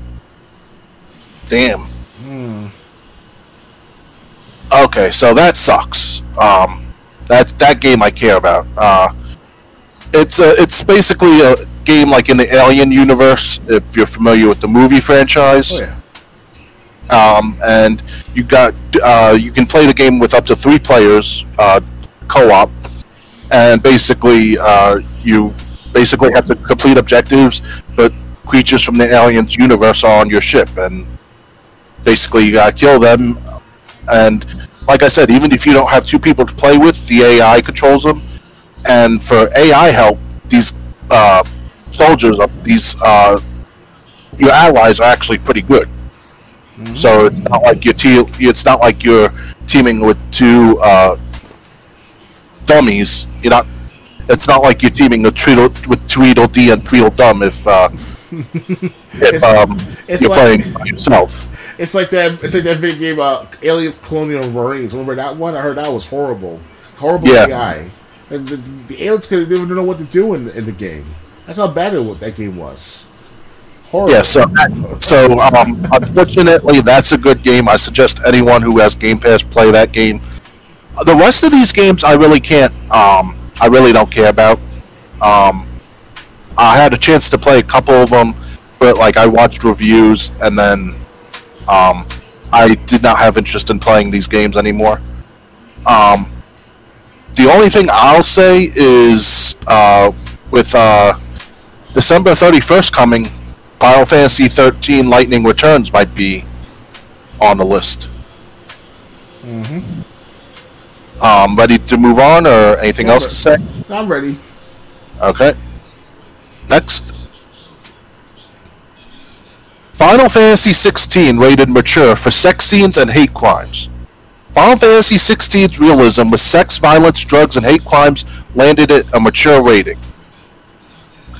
Turns out the upcoming Final Fantasy XVI isn't just leaning heavily on its Game of Thrones medieval aesthetic and jest. According to its MSRP rating in Brazil, Final Fantasy XVI is rated mature for its sex scenes, drug use, and fantasy hate crimes. Everything I want in a video game. According to a Reddit translation at the game's rating on the Brazilian Ministério de Justiça website, their Ministry of Justice and Public Security, Final Fantasy XVI features a company of extenuating circumstances, like sex scenes that are not fully shown, intentional deaths, torture scenes depicting suffering victims, drugs use, prostitution, sexual content that is shown and discussed, and hate crimes. God damn. While this news may come as some surprise to you, we already knew that Final Fantasy XVI would be more mature than its predecessors because its producer, Naoki Yoshida, said as much in an interview with GameSpot.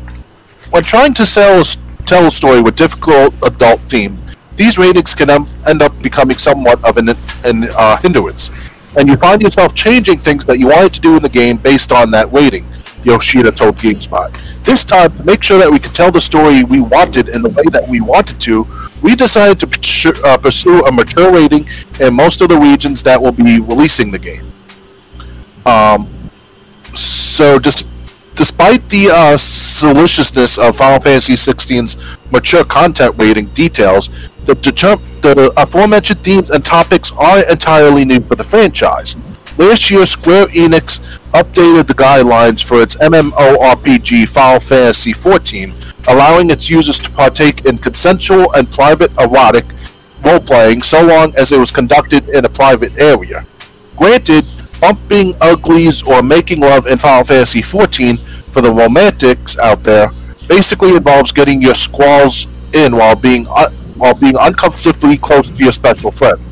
But it's real to FF14 players, damn it, and all power to them. Final Fantasy VII Remake also had its fair share of mature content, despite being rated T for teen for its language, suggestive themes, use of alcohol, and tobacco, and violence. Cloud Strife and his band of eco-terrorists were tortured numerous times, nearly sex-trafficked, and witnessed domestic terrorism by way of Shinra dropping an entire colony on top of another colony. However, it would appear that the only thing that separates FF7 from FF16 is the level of detail the latter spends, both with its dialogue, with how long its camera is trained on FF16's sex scenes and hate crimes. Personally, knowing that FF16 features hate crimes moves me to tears. Grow up, snowflake. Don't worry. While the ironic laughter of fantasy hate crimes, back in November, Final Fantasy XVI's producer, Naoki Yoshida, poorly explained to IGN why the game's fantasy world of Valisthea didn't have any non-white people in it by saying he felt racial diversity would be a violation of Final Fantasy XVI's narrative boundaries. Ultimately, we felt that incorporating ethnic diversity into Valisthea was important, and over-incorporation into the single corner of a much larger world could end up causing a violation of those narrative boundaries we originally set for ourselves, Yoshida told IGN. With that in mind, my mind has been racing a mile a minute wondering both what incites FF16's mature-rated hate crimes and what fantasy groups will be at the receiving end of it. Will the hate crimes be against bunny-eared people, cat girls, or worse, the British-sounding natives? The possibilities might be endless, but there's definitely going to be some sort of white, and as the kids say, that's all right. FF16 is related to release on PS5 and PC next summer. Dr. Games 101, what do you think of this game? I have to say, though, they're pushing their limits, my friend. Today's world, especially... I mean, Japan has a very different culture, very different ways of life, sexually, business-wise. I love that culture in Japan to some extent. Obviously, I met other gamers, they're supposed to be gamers. They don't like that stuff of what Japan does, like all that, where they have like these lowlies and stuff like that. I'm not going off topic of it, but it's drawings. I mean, that's all it is. And this is just another art form of drawings. You want to call it like that? It's just concept arts, fan arts. They're all out there for decades of Final Fantasy, and some of it's egregious, some of it's funny, some of it's cute, some of it's kind-hearted, others is very epic looking, and that's what it is. Come to Final Fantasy 16, it's going to be something way better than Final Fantasy 15, I have to say, because Final Fantasy 15 is just so generic, it's so plain and boring. I mean, I try to play it, I can tell from a couple of streams or more, like gameplay recordings on my BitChute at least, and it's to a point where it's like, I hope Final Fantasy 16 will break the ice, or will make it'll be a game breaker. Like it'll make Final Fantasy more popular than ever before. But at this rate, in today's world in the United States, with cancel culture, it's risky. It's going to be risky for Sony to let this put out there in the American version, because then once this hits America, before approval and all, like during the approval phase. You gotta censor this, you gotta censor these scenes, you gotta censor this foul language, you gotta censor the sex scenes, the mini skirts if it's ever in mini skirts, and that type of stuff. Like stuff what we went through with Laura Croft in the 1990s, or that scene with Joe Lieberman, the senator at the time. He wasn't complaining about the sex shower scene. It's called Night Trap. Night Trap, yeah, that's the one. That was a big thing back in the 90s, I heard. When I look back on it on YouTube. And I was like, wait a second. Well, I was like 7, 8 years old. I was hearing content about video games. I was like, guys, this is all fucking games and entertainment. That's all it is. That's all it is, guys. And if you're say you're a gamer, that means you never experienced what we experienced when we were younger. Like it's just hands out. I can't hear you. You just cut out. Did you disconnect your headset? Hello. Okay. Yeah, you're back. That. Sorry about that. It's like I new headset. Must have pressed my mistake. Okay. As you were saying, I would say, yeah, it is what it is. That's how Japan does it. Us United States people, we used to have a shtick in uncensored, drug theme, sex theme, drama theme type of content or movies or TV shows. Back in the 60s, 70s, and 80s was the shit, or at least the transition from the 60s into the 80s is like a big thing. There was a lot of sex scenes. There was a lot of drug use, gang affiliation, violence, stuff like that. It was that bad. Like Predator 2, the 1989 Danny Glover movie. Danny Glover as the actor. That had a lot of gang mentality, gang theme in it, and I didn't mind it because that's what I lived through back when I was here in this area, in this part of New York City. So people have to understand though, like you're younger gamers, if you're a gamer yourself, you should know that eventually your sons and daughters will see this sex stuff as they get older. You can't escape them from that now. You can't block them off from it. You will eventually give them little by little as they get older what's going on. But it's inevitable.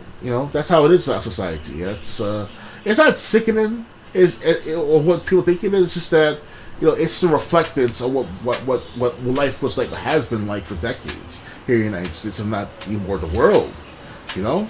There's always wars and regressions, sexual innuendos. It is what it is, right? So I'm not gonna. I will accept it, as well as embrace that severity of those cultures being shown in Japan, from Japan and all. So I'm used to it. So yeah, when we grew up in the like I said, we grew up in the 90s. But then again, look at Mortal Kombat, the first one.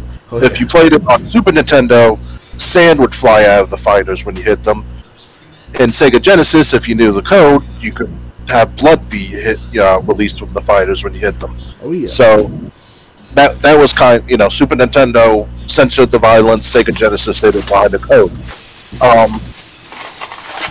The thing is, talking about Japan's culture, I just remember the story. A lawyer I worked for told me he had Japanese clients, and if you let the F word slip out, they have no idea what the hell you're saying, because that word does not exist in their language at all. Sorry about that. So for my Mortal Kombat game. So they, I don't want to say the word on Twitch, but they were just repeating it fuck, oh, the N word or the F word? Word concept to them. You say the N word or the F word? I'm sorry. F word. Oh, okay. Fuck. They said it themselves and have a confused look as they look at each other, because that word just doesn't exist in their language. Yeah, I'm already blacklisted from Twitch, so I can say whatever the fuck I want to say. You can tell I'm blacklisted on Twitch because they don't list me on the search results when I search for myself while I'm broadcasting. By the way, now you'll see my username and all, but once you click on it, that's when you know that I'm live or not live, whatever. So it sucks, because I put out not too much content. I just put out basic, bare bones, minimum foul language, bare basic, sexual themes, or whatever. Not porn or whatever, obviously. pornography or nothing like that. It's just that, you know, I will say some certain words. I'll say the F word, shit, or fuck, whatever, and I'm not gonna say it constantly, but I will say whenever I can. You know, it is what it is. Well, you know. I've really never really gotten in trouble. Twitch has never come to me and said they had a problem with anything I've said. So, and again, other people, you're responsible for your other audience's actions on your chat logs. And now is a product, a privacy law or some sort of law saying that by Twitch policy standards that, oh, if your followers on your Twitch chat says certain mean words, then you're responsible for their behavior, and if not, then they'll suspend your account for the matter. That's screwed up. It's fucked up. Yeah, so I mean, you can't really be responsible for other people's language, but if you have a successful enough Twitch channel, just get a moderator. That way they can, that those comments come up. Yeah, definitely. But yeah, so Final Fantasy 16, it sounds like it's gonna push the envelope. Honestly, good for them. Oh yeah. I cannot wait too. Hopefully the trail comes out next year or two. You know. Ready to move on? Yeah, I'm ready. All right. Just I think a couple more stories, like 3. Right. Next. Army planned to spend millions on Twitch and Call of Duty to recruit Gen Z. Plans included ad campaigns with IGN, G4 I thought was dead, WWE, and more. Okay. The U.S. Army's game to soldier pipeline is hardly a secret at this point, but new documents show its recent detailed plans to spend millions to recruit Gen Z through gaming-related sponsorships and ad campaigns. The partnerships range from Call of Duty Twitch streamers to sponsoring content at IGN and G4. Again, G4 I think is dead. With the aim of familiarizing audiences with Army values and bolstering its reputation among young people. Oh boy. The plans were detailed in internal Army documents obtained and published by Vice's Motherboard on Thursday through the Freedom of Information Act, and they include a breakdown of projected marketing spends through 2022. $675,000 was suggested for the WWE during June, $750,000 earmarked for the Call of Duty League and Paramount's Halo TV show, and $300,000 listed for Call of Duty esports team Optic Chicago. The idea was seemingly to use the popularity of Call of Duty, the perennial best-selling shooter that's previously turned war crimes into kill streaks and violent geopolitics into bombastic playgrounds, to spread awareness of Army values and opportunities. One of the metrics for success when it comes to partnering with Twitch streamers and media outlets was also to boost its favorability among survey respondents, especially among women and Black and Hispanic people. Notably, some previous sponsorship money for the Call of Duty League was rescinded back in 2021, shortly after Activision Blizzard was sued by California regulators over allegations of widespread sexual harassment and discrimination. A month after the lawsuit was filed and media reports began pouring in about workplace issues at the publisher, the Army's Deputy Chief Marketing Officer, Ignatios Maridis, announced internal plans to pause all activities immediately with Activision due to the serious allegations, according to an email with the marketing documents.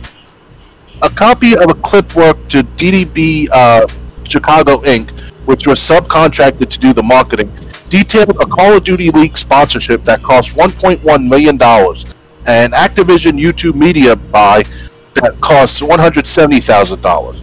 Maridis also suggested the Army not send its esports teams to participate in upcoming Call of Duty tournament. This isn't the first time the U.S. Army has tried to make inroads with younger Americans on Amazon's streaming platform. The Army's esports team used to have its own Twitch channel, but eventually abandoned the platform after being heckled by viewers over alleged war crimes and engaging in fake giveaways. But the Army's marketing plans extended to Twitch and some gaming media companies. $1 million was suggested to be spent on the streaming platforms HBCU, historically black college and universities, Showdown Esports League. The documents also point to discussions with big Call of Duty streamers David Stone Mountain 64 Steinberg, Chris Facewag Lamberson, and Alex Zadra. If you watched IGN's Summer Game Fest coverage or Summer of Gaming Showcase back in June, you may have noticed frequent ads for the Army. While we don't know how much the Army actually ended up spending, the new document suggests $600,000 for the world's biggest English-language gaming site and $500,000 for G4, the recently resurrected and then shuttered gaming network. While some IGN viewers were critical of the website's Army partnership, two former G4 employees previously told Kotaku that its own sponsorship was a source of much frustration internally. Their response to pushback was that they understood that the G4 employees were largely liberal, but they didn't want to alienate the right-wing audience members in any way, one former staffer said. Yeah, that's probably why G4 failed. Another described a tense meeting over the summer with G4 leadership where the issue was raised. Joe Marsh, G4's last boss before everyone was unceremoniously fired via a press release in October, apparently responded by saying that the network wasn't in a position to turn down any sponsorships. The audience was audibly grumbling and disgusted. The person said some might consider if a testament to the ways G4 was mismanaged that historically irreverent voice in the world of gaming had become so reliant on money from the U.S. military in the first place. Army Marketing's goals for sponsorship is similar to all our advertising purchases, which is to reach a specific market in support of Army recruiting, a spokesperson for the Army told Motherboard in a statement. Ad recall and favorability are important as they are both industry-accepted measures of effectiveness of the advertising and sponsorships we purchase. In Army Marketing, we must meet the youth where they are, and that is online. So, what do you think of this? This doesn't sound good. It doesn't sound good. Well, I think, in my perspective, if they really want to maintain this purposeful volunteer system into the Army maintained, they have to spread out to other avenues of entertainment. And that includes diving into the gaming industry. And they actually did this back in almost 8 years ago. Because as you can tell from my Xbox profile, I had the Army avatar. And you'll see it for years that I had. And I love to have that Army outfit on my avatar. And hell, I want to be a part of the Army too one time when I was younger. But I was too fat at the time. And now, since I'm diagnosed with mental illness, now it's like I can't do it. I can't at all. And the recruitment age is like between 18 and 40. So I'm still qualified for the age, but as far as like the ailments and the mental illness and all that was diagnosed and stuff within my case, I'm sorry to have luck. So you would never pass the physical. Now, if you're the physical, we're talking about mental. Yeah, I mean, because if you consider mentally ill by the state of which you reside in, they don't look at that as a horrible, horrendous liability, and it sucks, you know. And no matter how many years I pass, recovering, taking my medications and all, it's still a problem. So it sucks. But like I said, like this back in 2015, 2014 with Advanced Warfare game, Call of Duty, and it was worth it. You know, watch videos and get this free avatar of your Army uniform. That's what I did. So if they can put that into Xbox, PlayStation Network, especially, because I know there's a lot of I guess not stereotypical at first, but in PlayStation Network at one point, there was a lot of like people from the urban communities. So that was a good addition to rack up more recruitments by going to these low income areas. Hence, PlayStation Network, like Street Fighter, Tekken, games like Madden NFL Football, games like what's that called? Hell, even Army related games like the Medal of Honor or whatever, or something of that sort. But obviously, it's been so many years they have upkeep the Medal of Honor game. But still, it's like, you know, if they can just recreate the mechanics of like it's put into the Army-based game, anything's possible for an Army to recruit more players. You know, it's the point where it's like, you know, if you want to maintain society at large, you have to and also protect people from harm. You have to not emasculate the kids too much. Obviously, as well you do that, they're not going to be able to sustain the pressures in the Army. I'm not saying I know everything about the matter, but I talked to some veterans, especially that Vietnam that I mentioned earlier tonight. Let's call him War Troll. I'm not sure mention his gamer tag, but it's different spelling and stuff like this. It's complex. But anyway, like the guys like him, he teaches the youth, like, hey, this is what's like in the Army. You get your ass busted and, work hard, and you get a pension over the next 10, 20, 30 years, depends on how much you want to delve into the Army or to any branches of the government, and that's it. That's how heroes are made, too, by going to war. And sometimes it's best to go to war, too. And without that training, without that mindset by the youth, how are you going to protect the future of this nation? So. Well, honestly, the future, unfortunately, most of the people that they're probably reaching at this age, if they get shipped overseas with the gun, they're not going to have their safe space, and then those people aren't going to know what to do. They're run like hell.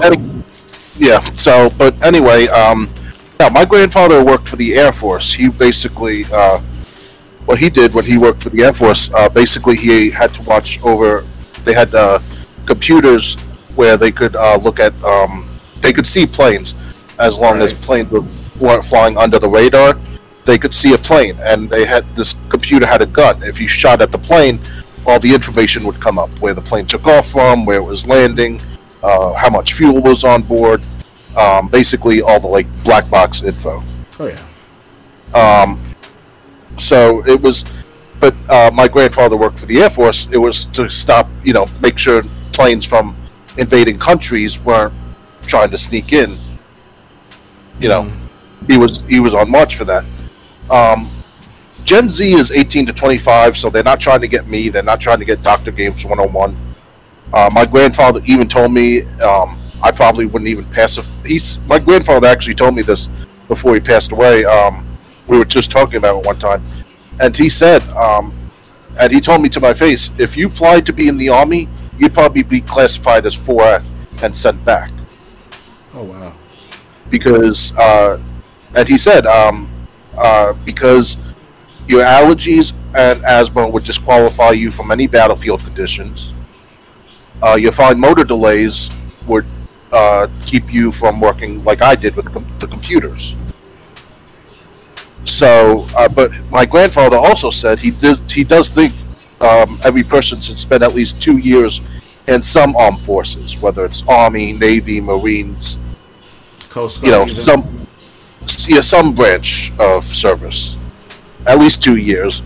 But obviously, people who would be classified 4F like me, obviously, safety comes first. They're not going to send someone who would be classified as an endangerment to himself and others. Definitely. Personally, myself too, if I can say this too, I'm physically capable and have physical potential at one point in my life to go into the Army.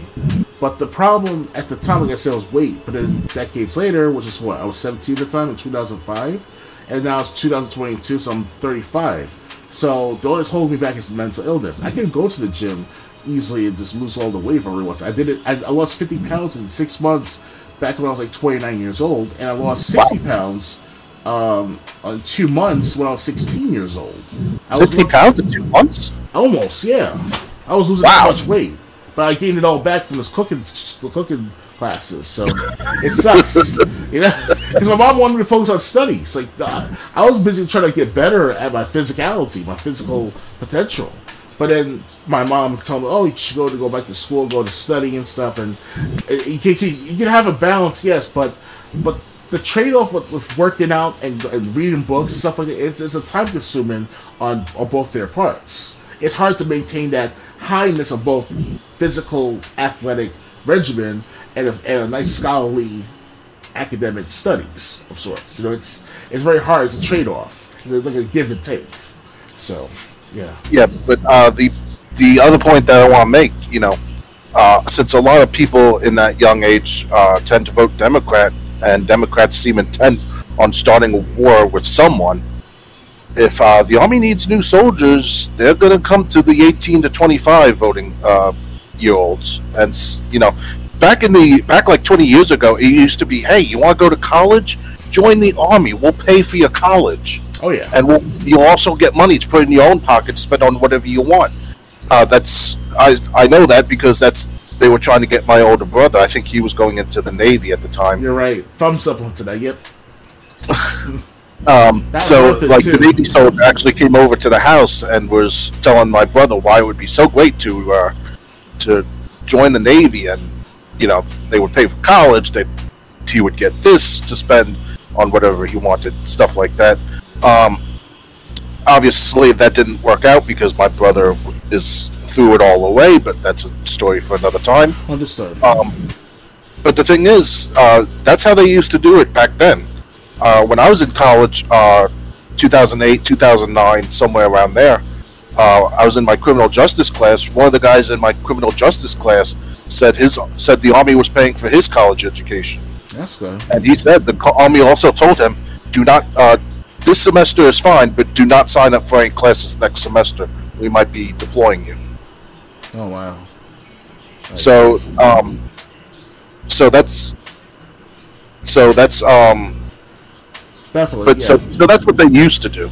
Now I see that they're reaching the youth, which they need to, because like I said, they can't put a gun in my hands and send me to Kuwait.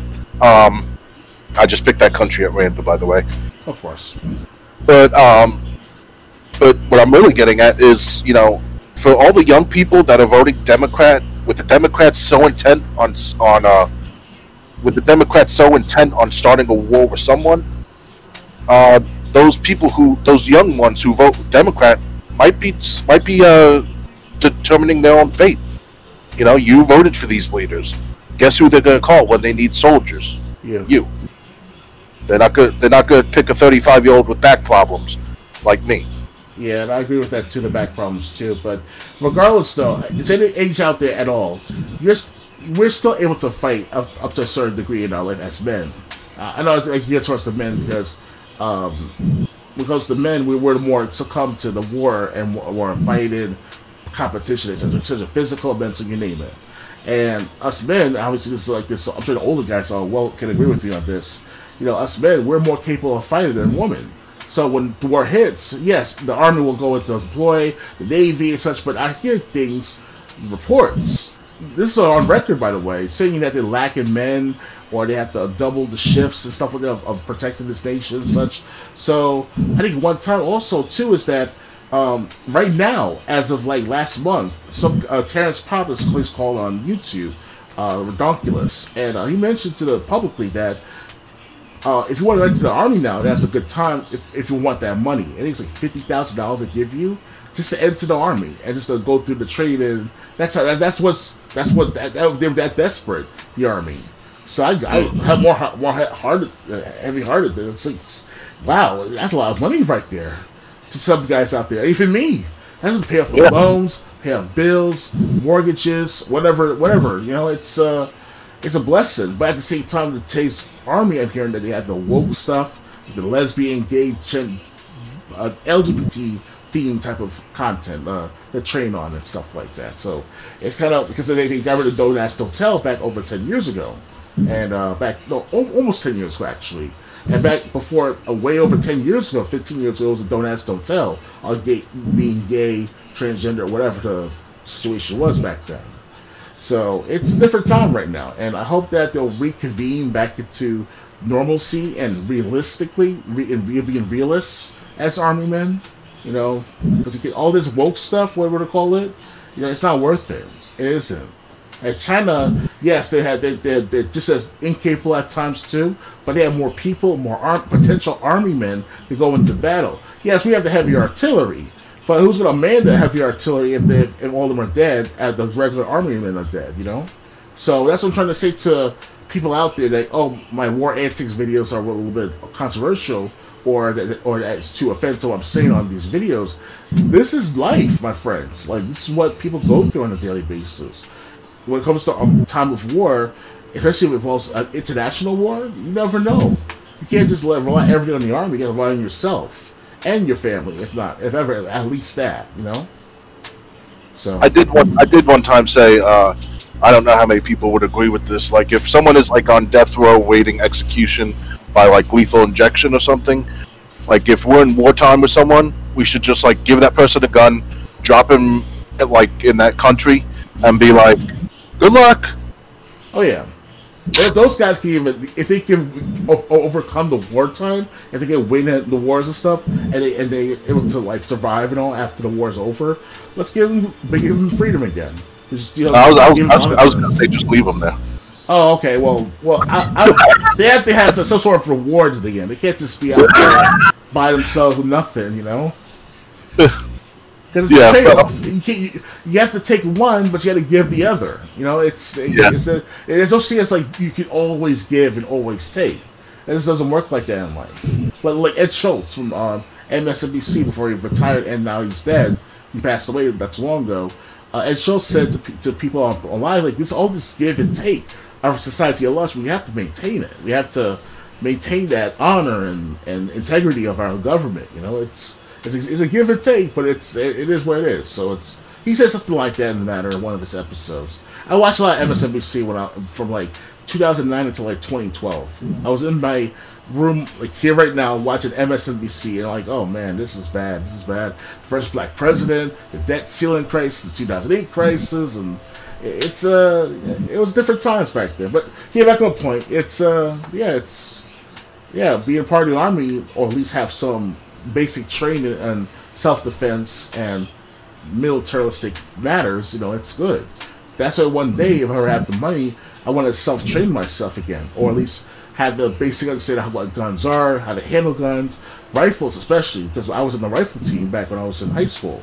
And I was getting better too within like 3 months of being there. 5 months at the most I was there, I think it was. So I had to give up on it because of studies. I couldn't pursue shooting range or whatever because of my mom wanting to study.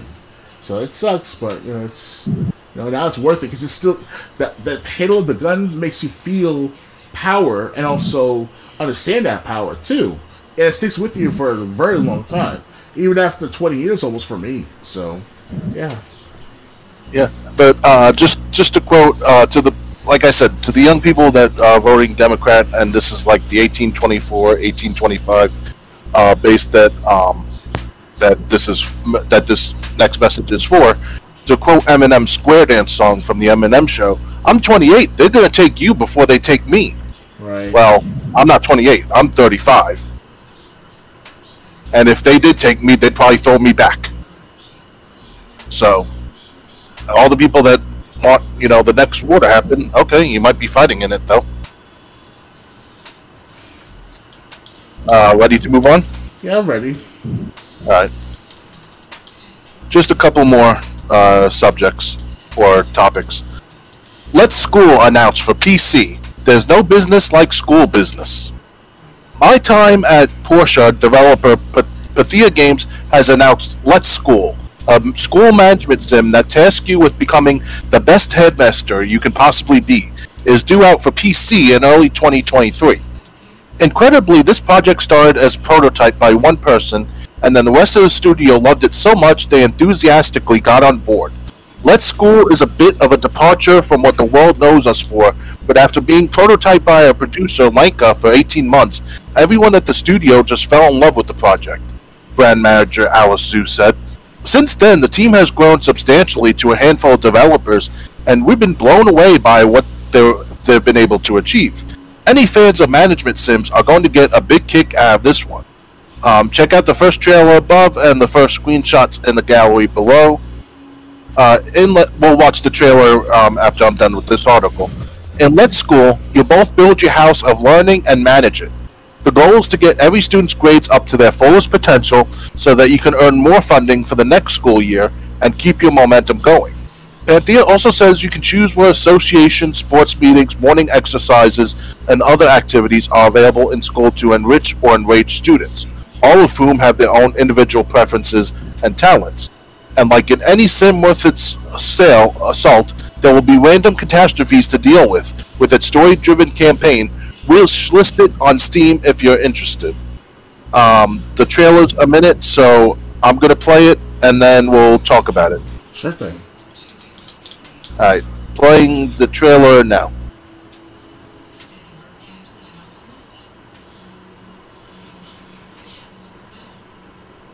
looks a little bit like 2 Point Campus, but with like a Sims or 2, 1. Oh.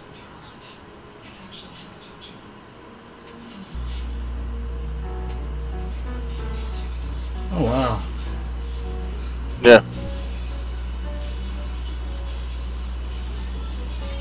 Oh wow.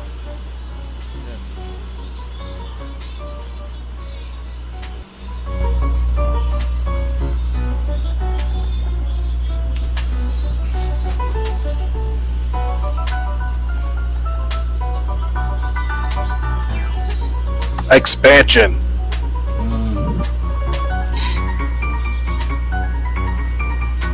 Expansion.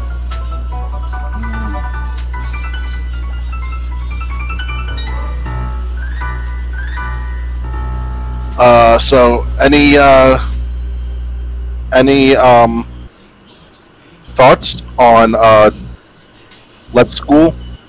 It looks alright to play. It reminds me of that of Civilization 5, specifically.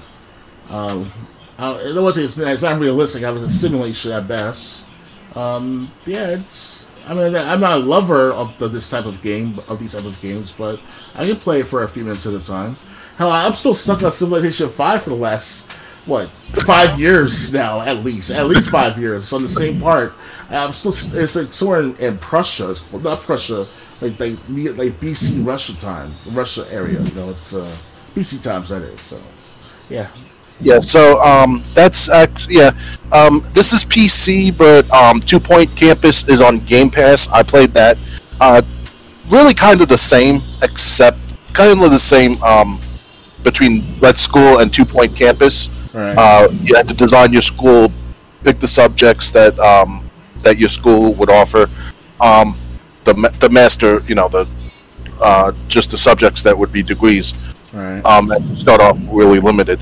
But yeah, so this game looks pretty interesting. I play it if I don't play games on PC, but it does look interesting. Oh, yeah. It's something I would definitely check out because I like 2 Point Campus. And if you're like me, you don't play games on PC, but you do have Xbox One. I don't know if it's on PS5 or Nintendo online service. But if you have Xbox One, definitely check out 2 Point Campus. If this is a management game that you think would interest you. Anything else to add, or are we ready to move on to the last topic? Ready to move on. Okay, the final topic coming up. Tekken 8 confirmed for the Game Awards appearance. Get ready for the next battle. Announcement. After making a pair of surprise appearances earlier in the year, Tekken 8 has been confirmed for an appearance at the Game Awards next week. The official Tekken Twitter account posted simply, "Get ready," along with a brief teaser video telling viewers to save the D8 for the award show. No other information was confirmed, and no other hints have been posted since the video went live. Tekken 8 was first teased at EVO 2022 in August, where a seconds-long teaser showed Tekken mainstay Kazuya Mishima's face complete with glowing eye and the franchise's iconic phrase, "Get ready for the next battle." 2 months later, during the PlayStation State of Play in September, Tekken 8 was officially unveiled for the first time. The gameplay showed Kazuya and his son Jin Kazama battling during a heavy storm, with the video showcasing updated graphics and effects. No other info about the game has been revealed since the State of Play. Tekken 8 is the latest entry in the storied fighting game franchise, and the first since June 2017. It will launch on PS5, Xbox Series X and S, and PC. So what do you think of this Tekken 8 announcement? Are you excited for it? It's been 5 years in the making, my friend. It's the last Tekken game, and hopefully it's worth it, because this is going to focus on Kazuya and Jin together, fighting each other, because Jin kind of fucked up in Start of War in Tekken 6, last time I checked. And he has to make up for his crimes, and has to defeat his father. And it's gonna look interesting, though. It's gonna be like it's a big grudge between these three, family members. So Haji, Kazuya, and Jin. And not to mention Jinpachi, the great grandfather, because he died. I don't know if I'm spoiling it, but in Tekken 5 he kind of like goes away in a sense. So, but basically the point is that like it's gonna be awesome. I can't imagine after Tekken 8 coming out, because they're supposed to be, if not before Tekken 8 actually, supposed to be like a crossover. You know how they had Street Fighter Street Fighter X Tekken? Now they're gonna have Tekken X Street Fighter, and that's been in the making for since 2012, the early 2010s, to be more broad with the matter of time. And it's been 10 years now since the not announcement but rumors of this Tekken X Street Fighter game. So hopefully it'll come out before Tekken 8, but it's best to come out after Tekken 8 though, in my perspective. But other than that, Tekken 8 is going to be like a great addition. I've been playing Tekken 8 since the release of Tekken 2.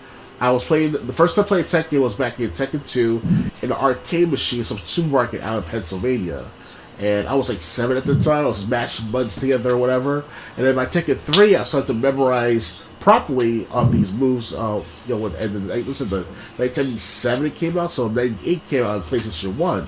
So I've been practicing, fighting, doing whatever I can do with Lin Chao Yu and Law and Horeng, Eddie Gordo, now Christy at one point for a couple of Tekkens. That Eddie Gordo's back. Then there's also the Arabic dude that comes in Tekken 7. He's like a new addition to Tekken. So all this stuff's happening right now. It's like, wow, I can't. I'm still stuck. Not stuck, but I'm still at first Dan or that second Dan of Horeng after 5 years of playing Tekken 7, whatever I can.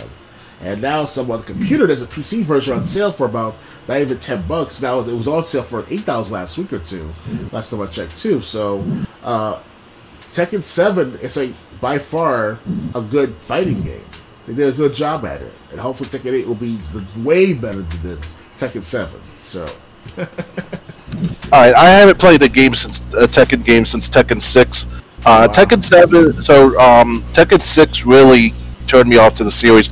I even tried to go back to the story because I think I have the game free on like through Gold or something, right. And I just can't do it. The story's too boring. Mm-hmm. So I haven't played Tekken 7, Tekken 8. It depends. Maybe I'll be interested, especially if there's a good story.